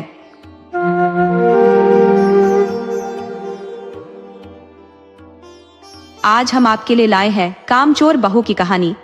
अगर आपको ये कहानी पसंद आए तो वीडियो को लाइक और चैनल को सब्सक्राइब जरूर करें और हाँ, बेल आइकन दबाना ना भूलें। तो चलिए कहानी की ओर बढ़ते हैं। गांव में ठाकुर परिवार का नाम बड़े इज्जतदार परिवारों में शुमार होता था। ठाकुर रणवीर सिंह और उनकी पत्नी सावित्री जी ने अपनी जिंदगी बड़ी मेहनत और अनुशासन से गुजारी थी। उनका इकलौता बेटा अर्जुन पढ़ाई में खूब तेज था और शहर में नौकरी करता था। जब अर्जुन की शादी गांव के पास वाले कस्बे की लड़की रंजना से तय हुई तो पूरे गांव में यही चर्चा थी कि ठाकुर परिवार को कैसी बहू मिलेगी। शादी बड़े धूमधाम से हुई। रंजना दिखने में सुंदर थी और पढ़ी लिखी भी थी, पर उसका मिजाज थोड़ा अजूबा था। पहली ही रात से उसका बर्ताव ऐसा था कि ठाकुर साहब और उनकी पत्नी को कुछ अटपटा सा लगा। अगले ही दिन जब बहू को सुबह जल्दी उठकर घर के सारे कामों में हाथ बटाना था, वह गहरी नींद में सोई हुई थी। सावित्री देवी ने जब उसे उठाया तो उसने झट से बहाना बना दिया, माँ जी, मेरी तबीयत ठीक नहीं लग रही, थोड़ा आराम कर लूं। शुरुआत में सबने इस बात को नजरअंदाज कर दिया, पर धीरे धीरे यह उसकी आदत बन गई। वह कभी सिर दर्द का बहाना करती तो कभी पेट दर्द का। जब भी काम करने की बारी आती, वह किसी न किसी बहाने से बच निकलती। घर के सारे काम सावित्री देवी और नौकरानी के मत्थे आ गए। जब अर्जुन को यह सब पता चला तो उसने अपनी माँ को समझाया कि शायद रंजना को थोड़ा समय देने की जरूरत है। रंजना को देखकर गांव की दूसरी औरतें भी हैरान थीं। आमतौर पर नई बहुओं को अपने ससुराल में खुद को साबित करना पड़ता था, पर रंजना को जैसे इसकी कोई फिक्र ही नहीं थी। वह दिन भर सज धज कर बैठी रहती, कभी फोन पर लगी रहती तो कभी शीशे के सामने खुद को निहारती। काम का नाम सुनते ही उसकी तबीयत बिगड़ जाती। धीरे धीरे सावित्री देवी को समझ आने लगा कि उनकी बहू असल में बड़ी चालाक थी। एक दिन उन्होंने उसे परखने के लिए जानबूझकर कह दिया कि उन्हें तबीयत ठीक नहीं लग रही और रसोई का काम रंजना को संभालना होगा। ये सुनते ही रंजना भी कराहते हुए बोली, माँ जी, मेरा भी सिर बहुत दुख रहा है, शायद मौसम की वजह से हो रहा है। गांव की कुछ औरतें जो यह सब देख रही थी, धीरे धीरे बातें बनाने लगी। ऐसी बहू तो पहली बार देखी जिसे सारा दिन बस आराम ही चाहिए, एक ने कहा। लेकिन ठाकुर साहब को इस सब का अंदाजा नहीं था। वह बाहर के कामों में व्यस्त रहते और जब घर आते तो रंजना उनके सामने बिल्कुल सीधी सादी बहू बनकर पेश आती। जब भी सावित्री देवी शिकायत करती, अर्जुन भी बीच बचाव कर लेता। एक दिन अचानक घर में मेहमान आ गए। ठाकुर परिवार की दूर की रिश्तेदार गीता ताई और उनके पति रामलाल जी आए थे। गीता ताई पुराने ख्यालों की थी, जहां बहू को घर की जिम्मेदारियों में आगे रहना चाहिए। जैसे ही वे घर में घुसे, उन्होंने चारों तरफ नजर घुमाई और रंजना को आराम से सोफे पर बैठे देखकर उनकी भौहें तन गई। अरे बहू, जरा हमारे लिए चाय तो बना दो, गीता ताई ने मुस्कुराते हुए कहा। रंजना के चेहरे का रंग उड़ गया। उसने अर्जुन की तरफ देखा, लेकिन अर्जुन अब कुछ नहीं कह सकता था। मजबूरी में वह उठी और रसोई में चली गई। लेकिन कुछ ही देर बाद आवाज आई, माँ जी, गैस जल नहीं रही, आप देख लेंगी। सावित्री देवी मन ही मन मुस्कुराई लेकिन चुप रही। गीता ताई सब समझ गई। उन्होंने सावित्री देवी को इशारे से बुलाया और धीरे से कहा, बहू बहुत चालाक लग रही है, लेकिन मैं इसे ठीक कर सकती हूँ, देख लेना। गीता ताई को एक तरकीब सूझी। अगले ही दिन उन्होंने सबके सामने ऐलान कर दिया कि रंजना को घर के काम सिखाने के लिए वे कुछ दिनों तक यहीं रुकेंगी। ये सुनते ही रंजना को जोर का झटका लगा। उसे समझ आ गया कि अब उसकी चालाकी नहीं चलने वाली, लेकिन वह भी इतनी आसानी से हार मानने वालों में से नहीं थी। उसने मन ही मन कुछ और सोच लिया था। गीता ताई की मौजूदगी से रंजना परेशान हो गई थी। उसे अंदाजा हो गया था कि अब उसकी चालाकियां काम नहीं आएंगी। उसने मन ही मन एक नया बहाना बनाने की योजना बनाई। अगले दिन सुबह जब सब लोग नाश्ते के लिए इकट्ठा हुए तो रंजना चेहरे पर उदासी लाते हुए बोली, माँ जी, मुझे बहुत कमजोरी महसूस हो रही है, शायद मेरी तबीयत ज्यादा खराब हो रही है। ये सुनते ही अर्जुन परेशान हो गया। तुम डॉक्टर के पास क्यों नहीं जाती? रंजना ने कमजोर आवाज में कहा। हाँ, जाना तो चाहिए, लेकिन घर के काम भी तो हैं। ये सुनते ही गीता ताई मुस्कुराई और बोली, अरे बहू, घर के काम कौन से भागे जा रहे हैं? पहले तुम डॉक्टर के पास जाओ, मैं तुम्हारे साथ चलूंगी। रंजना को यह सुनकर और भी झटका लगा, लेकिन अब कुछ बोलना मुश्किल था। उसे गीता ताई के साथ अस्पताल जाना पड़ा। डॉक्टर ने कुछ सामान्य जांच के बाद कहा, आपको कोई बड़ी समस्या नहीं है, बस खानपान और मेहनत की कमी है। थोड़ा घर के कामों में ध्यान दे, शारीरिक गतिविधि से आप जल्द स्वस्थ महसूस करेंगी। रंजना के चेहरे की हवाइयां उड़ गई। उसने सोचा था कि डॉक्टर कुछ गंभीर बात कह देगा, जिससे उसे और आराम करने का बहाना मिल जाएगा, लेकिन यहाँ तो उल्टा हो गया। गीता ताई ने हंसते हुए कहा, देखा बहू, डॉक्टर भी कह रहा है कि मेहनत करो। चलो अब घर चलकर बढ़िया से काम शुरू करते हैं। घर लौटने के बाद गीता ताई ने रंजना को रसोई में काम करने के लिए कहा। पहले तो रंजना बहुत नानुकुर करती रही, लेकिन जब कोई उसकी मदद को नहीं आया तो उसे मजबूरी में आटा गूंथना पड़ा। जैसे ही उसने गूंथना शुरू किया, उसने जानबूझकर ज्यादा पानी डाल दिया ताकि आटा खराब हो जाए। माँ जी, मुझसे आटा नहीं संभल रहा, सब गीला हो गया। सावित्री देवी ने गुस्से से देखा, लेकिन गीता ताई ने मुस्कुराकर कहा, कोई बात नहीं, धीरे धीरे सीख जाओगी। फिर उन्होंने रंजना से झाड़ू लगाने के लिए कहा। रंजना ने सोचा कि यह काम आसान होगा, लेकिन जैसे ही उसने झाड़ू उठाया, गीता ताई ने टोक दिया, बहू, झाड़ू ऐसे नहीं पकड़ी जाती, देखो इस तरह पकड़ो। और उन्होंने खुद झाड़ू चलाकर दिखाया। जब रंजना ने काम शुरू किया तो गीता ताई ने चालाकी से उसे और मुश्किल बना दिया। अरे, कोने में धूल रह गई, फिर से साफ करो। रंजना झुंझला रही थी, लेकिन वह गीता ताई का सामना नहीं कर सकती थी। जब उसने देखा कि सारा दिन मेहनत करनी पड़ेगी, तो उसने एक और चाल चली। रात में उसने अर्जुन को धीरे से कहा, सुनो, माँ को मुझसे कोई शिकायत तो नहीं, लेकिन गीता ताई तो मुझे बहुत परेशान कर रही है। मुझे हर वक्त काम में लगाए रखती है। मैं बीमार हूँ, फिर भी कोई मेरी हालत समझ ही रहा। अर्जुन को यह सुनकर थोड़ा बुरा लगा, लेकिन वह कुछ कह नहीं पाया। अगले दिन गीता ताई ने फैसला किया कि रंजना को थोड़ा और सिखाने के लिए वे उसे बाहर खेतों में ले जाएंगी, जहां गांव की औरतें मेहनत करती थी। जब यह बात रंजना को पता चली तो उसका दिमाग तेजी से काम करने लगा। उसने सोचा कि अब अगर कोई बड़ा नाटक नहीं किया तो उसे सच में काम करना पड़ेगा। रात में सबके सोने के बाद उसने अपने कमरे की अलमारी से एक पुराना कांच का टुकड़ा निकाला और उसे हल्का सा अपने पैर पर रगड़कर छोटी सी खरोंच बना ली। सुबह जब गीता ताई ने उसे जगाया तो वह जोर जोर से कराने लगी, माँ जी, मेरे पैर में बहुत दर्द हो रहा है, लगता है रात में कुछ काट लिया। सावित्री देवी और गीता ताई उसके पास आई और देखा कि उसके पैर में हल्की सी चोट थी। अर्जुन भी परेशान हो गया, ये कैसे हुआ? रंजना रोने लगी, मुझे नहीं पता, शायद कोई कीड़ा था या मैंने गलती से टेबल से टकरा दिया, अब तो खड़ा भी नहीं हो पा रही। ये सुनते ही अर्जुन ने कहा, अगर तबीयत इतनी खराब है तो खेत जाने की जरूरत नहीं, आराम करो। गीता ताई को कुछ अजीब लगा, लेकिन उन्होंने कुछ नहीं कहा। अब रंजना को मौका मिल गया। उसने 2 दिन तक बिस्तर पर ही पड़े रहने का नाटक किया, लेकिन गीता ताई भी चुप नहीं बैठी। तीसरे दिन उन्होंने अर्जुन के सामने ही कह दिया, बहू, आज मैंने डॉक्टर को बुलाया है, वह आकर देखेगा कि तुम्हारे पैर में क्या हुआ है। रंजना का चेहरा उतर गया। उसने बहाना बनाया, अरे नहीं, अब तो मैं ठीक महसूस कर रही हूँ, ज्यादा आराम करने से खुद ब खुद ठीक हो गई हूँ। गीता ताई ने ताली बजाई और हंसकर बोली, वाह बहू, तुम्हारी बीमारी भी कमाल की है। जब काम करने को कहो तो बढ़ जाती है, और जब डॉक्टर को बुलाओ तो ठीक हो जाती है। यह सुनकर सावित्री देवी और अर्जुन दोनों को ही शक हुआ।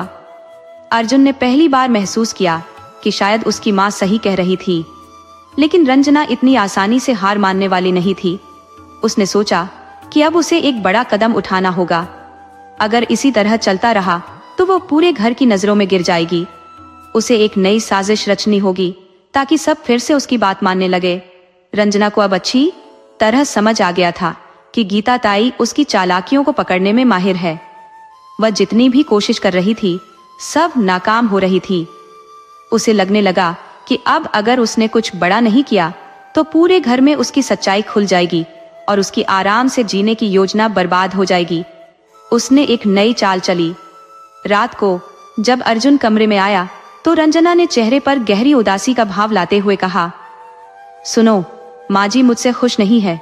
गीता ताई भी हमेशा मुझ पर नजर रखती है। मुझे अब लगने लगा है कि इस घर में मेरी कोई इज्जत ही नहीं है।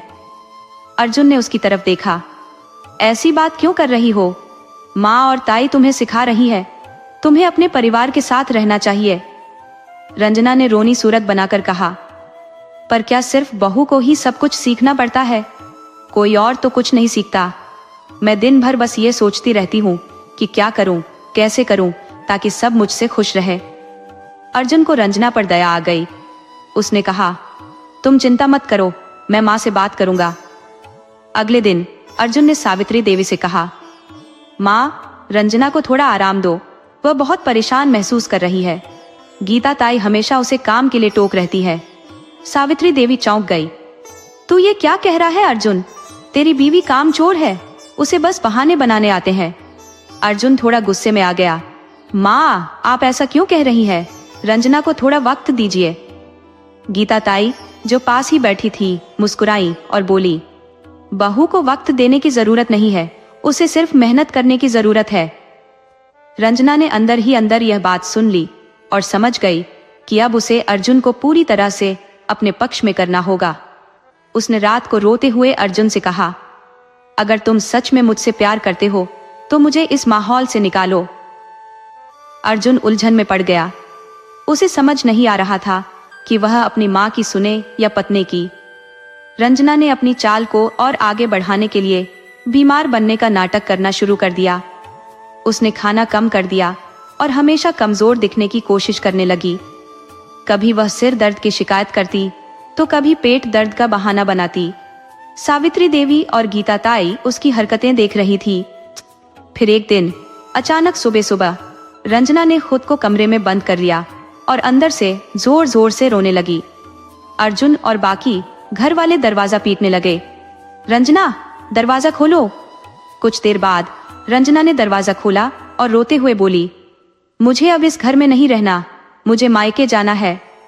अर्जुन ने उसे चुप कराया और कहा, ऐसी बातें मत करो। अर्जुन ने अपनी माँ से कहा, माँ, हमें रंजना को उसके मायके भेज देना चाहिए ताकि वह कुछ दिन सुकून से रह सके। सावित्री देवी को यह बात पसंद नहीं आई, लेकिन अर्जुन की जिद के आगे वह कुछ कह नहीं सकी। रंजना मायके चली गई, लेकिन वहां जाकर भी उसने अपनी साजिश जारी रखी। उसने अपने माता पिता से कहा, ससुराल में मेरी कोई इज्जत नहीं है, माँ जी और गीता ताई मुझसे बहुत काम करवाती है। उसकी माँ चिंता में पड़ गई। बेटी, अब क्या करना चाहती हो? रंजना ने धीरे से कहा, अगर मैं कुछ महीनों तक मायके में रह जाऊं और अर्जुन को बार बार बुलाना पड़े तो धीरे धीरे वह अपनी माँ से दूर हो जाएगा। फिर मैं जैसा चाहूंगी वैसा करवा सकती हूँ। इस चाल के चलते उसने अर्जुन से फोन पर बहाने बनाने शुरू कर दिए। अभी मेरी तबीयत ठीक नहीं है, डॉक्टर ने आराम करने को कहा है। अर्जुन परेशान हो गया और बार बार अपनी माँ से कहने लगा कि रंजना को वापस लाने जाना चाहिए। सावित्री देवी और गीता ताई को समझ आ गया था कि यह सब रंजना की चालें हैं, लेकिन वे चुप रहीं। उन्होंने सोचा कि जब तक अर्जुन खुद सच्चाई नहीं समझेगा तब तक कुछ कहना बेकार होगा। कुछ दिन बाद अर्जुन मायके गया और रंजना को वापस लाने की कोशिश करने लगा, लेकिन रंजना हर बार कोई नया बहाना बना देती। कभी कहती डॉक्टर ने अभी लंबा आराम बताया है, कभी कहती मुझे माँ की बहुत याद आ रही है, थोड़ा और रुकने दो। अर्जुन धीरे धीरे अपनी माँ से दूर होने लगा। अब वह गीता ताई और सावित्री देवी की बातों को नजरअंदाज करने लगा। ये देखकर गीता ताई ने फैसला किया कि अब वक्त आ गया है कि अर्जुन को असली सच्चाई से रूबरू करवाया जाए। रंजना को लग रहा था कि उसकी योजना सफल हो रही है, लेकिन वह नहीं जानती थी कि गीता ताई ने पहले ही एक नई चाल चल दी थी। उन्होंने अर्जुन की गैर मौजूदगी में उसकी सारी बहानेबाजी की सच्चाई सबके सामने लाने का फैसला कर लिया था। अब खेल पूरी तरह बदलने वाला था। रंजना को लगने लगा था कि उसकी चालबाजियां काम कर रही है। अर्जुन अब पूरी तरह से उसके बस में था। उसकी माँ और गीता ताई की बातों को नजरअंदाज कर रहा था। रंजना ने सोचा कि अब अगर वह कुछ और समय मायके में रही तो अर्जुन खुद ही अपनी माँ से अलग होने का फैसला कर लेगा और फिर उसे ससुराल में कोई टोकने वाला नहीं रहेगा। इधर गीता ताई चुपचाप बैठी नहीं थी। उन्होंने सावित्री देवी से कहा, बहन जी, अब समय आ गया है कि अर्जुन को उसकी बीवी की असली सच्चाई दिखाई जाए। जब तक वह खुद अपनी आंखों से नहीं देखेगा उसे हमारी बातों पर यकीन नहीं होगा। सावित्री देवी ने गहरी सांस लेते हुए कहा, पर कैसे? अर्जुन अब हमारी बात सुनना ही नहीं चाहता। गीता ताई मुस्कुराई, अगर कोई आदमी खुद से सच नहीं देखना चाहता तो हमें ऐसा करना होगा कि सच खुद उसके सामने आ जाए। उन्होंने अर्जुन के एक करीबी दोस्त को फोन किया जो उसी शहर में रहता था जहां रंजना का मायका था। गीता ताई ने उससे कहा, तू बस ये पता कर कि रंजना सच में बीमार है या फिर यह सब एक बहाना है। दोस्त ने हामी भर दी और अगले ही दिन वह एक बहाना बनाकर रंजना के घर पहुंचा। रंजना अपने मायके में आराम से बैठी थी, हंस हंस कर बातें कर रही थी। घर के सारे काम उसकी माँ और बहनें कर रही थी। वह खुद को एक रानी की तरह महसूस कर रही थी। जैसे ही अर्जुन के दोस्त ने उसे देखा, वह समझ गया कि यही सब सिर्फ एक नाटक है।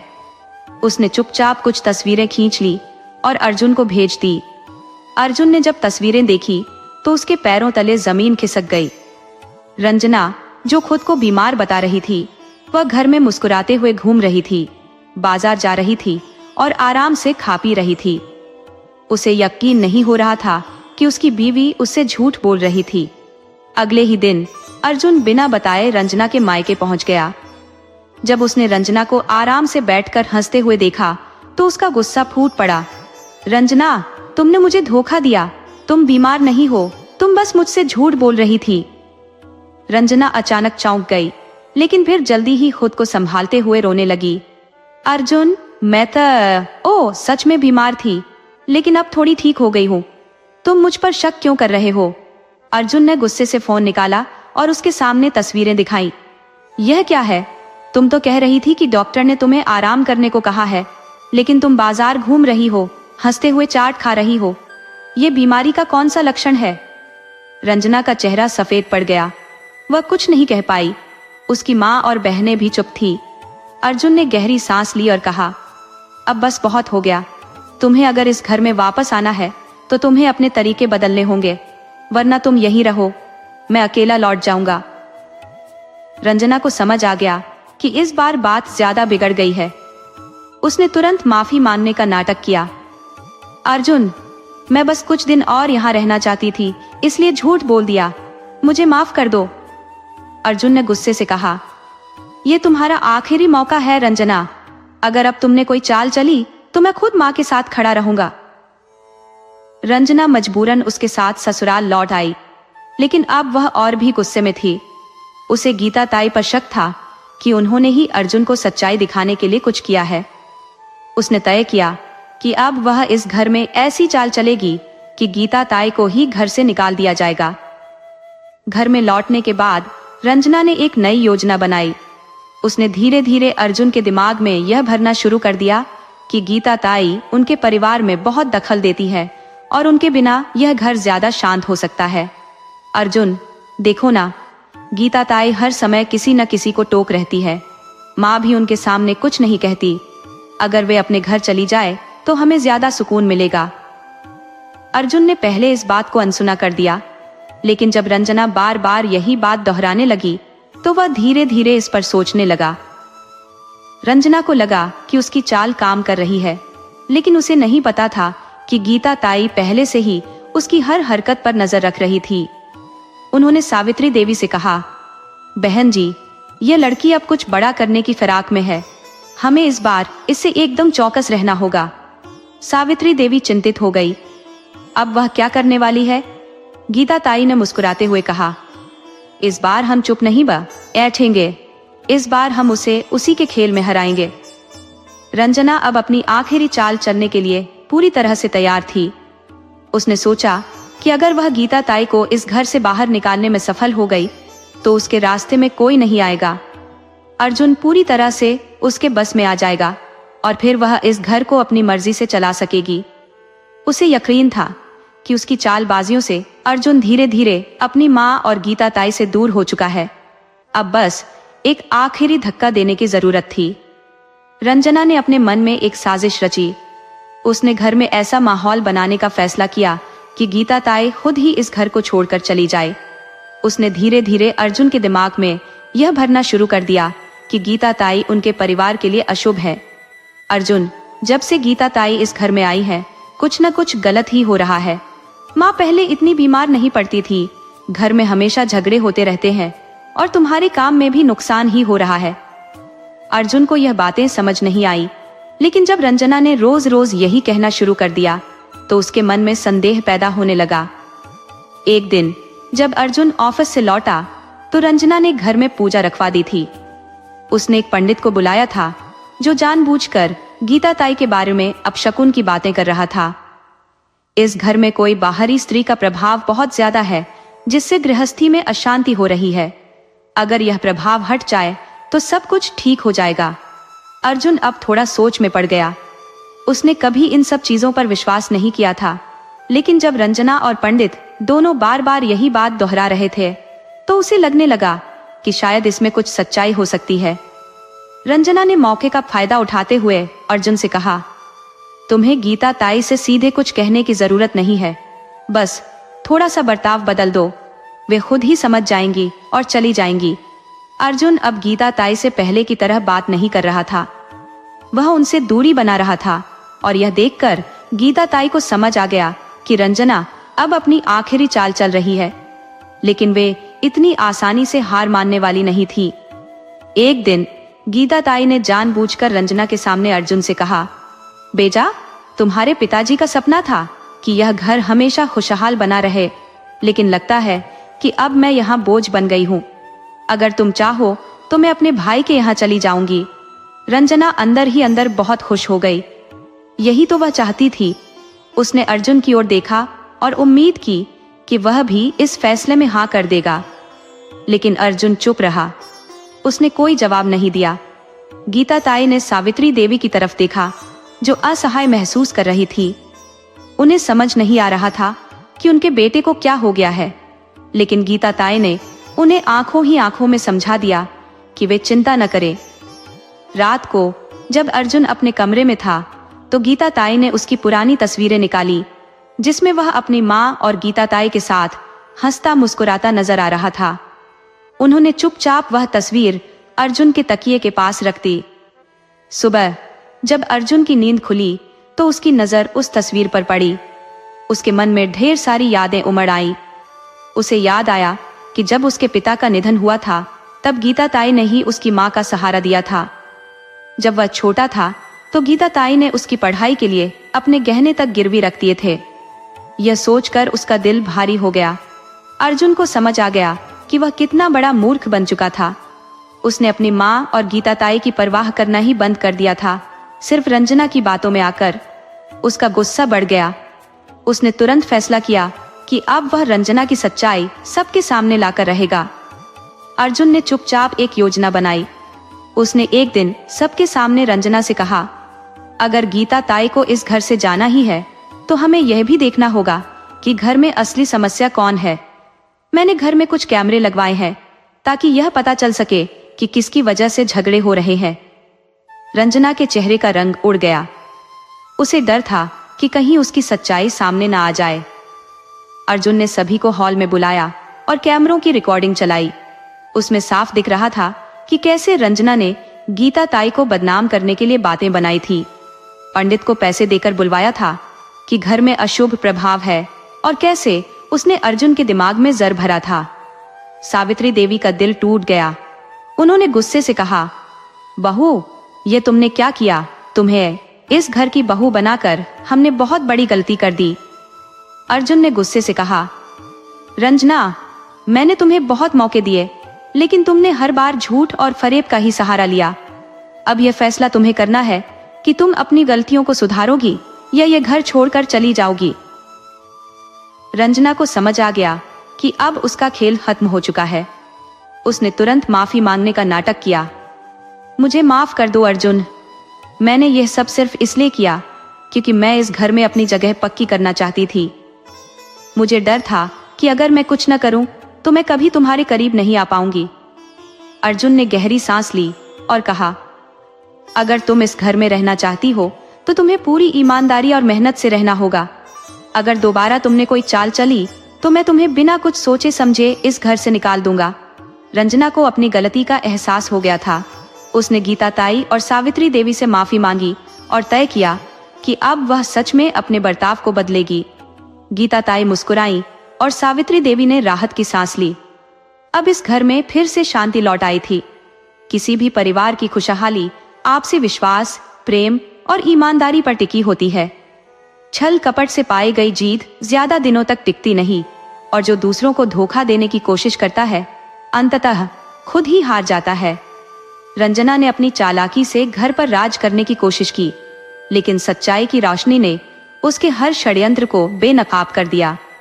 अर्जुन को अंततः यह समझ आ गया कि अपनों को परखने के लिए बाहरी बातों में नहीं आना चाहिए, बल्कि खुद के अनुभव और सच्चे रिश्तों को समझना चाहिए। इस कहानी से हमें यह सीख मिलती है कि हमें अपने परिवार के हर सदस्य का सम्मान करना चाहिए, खासकर उन लोगों का जिन्होंने हमारे जीवन में संघर्षों के समय हमारा साथ दिया हो। जीवन में सच्चा सुख छल कपट से नहीं, बल्कि आपसी प्रेम और विश्वास से ही प्राप्त किया जा सकता है।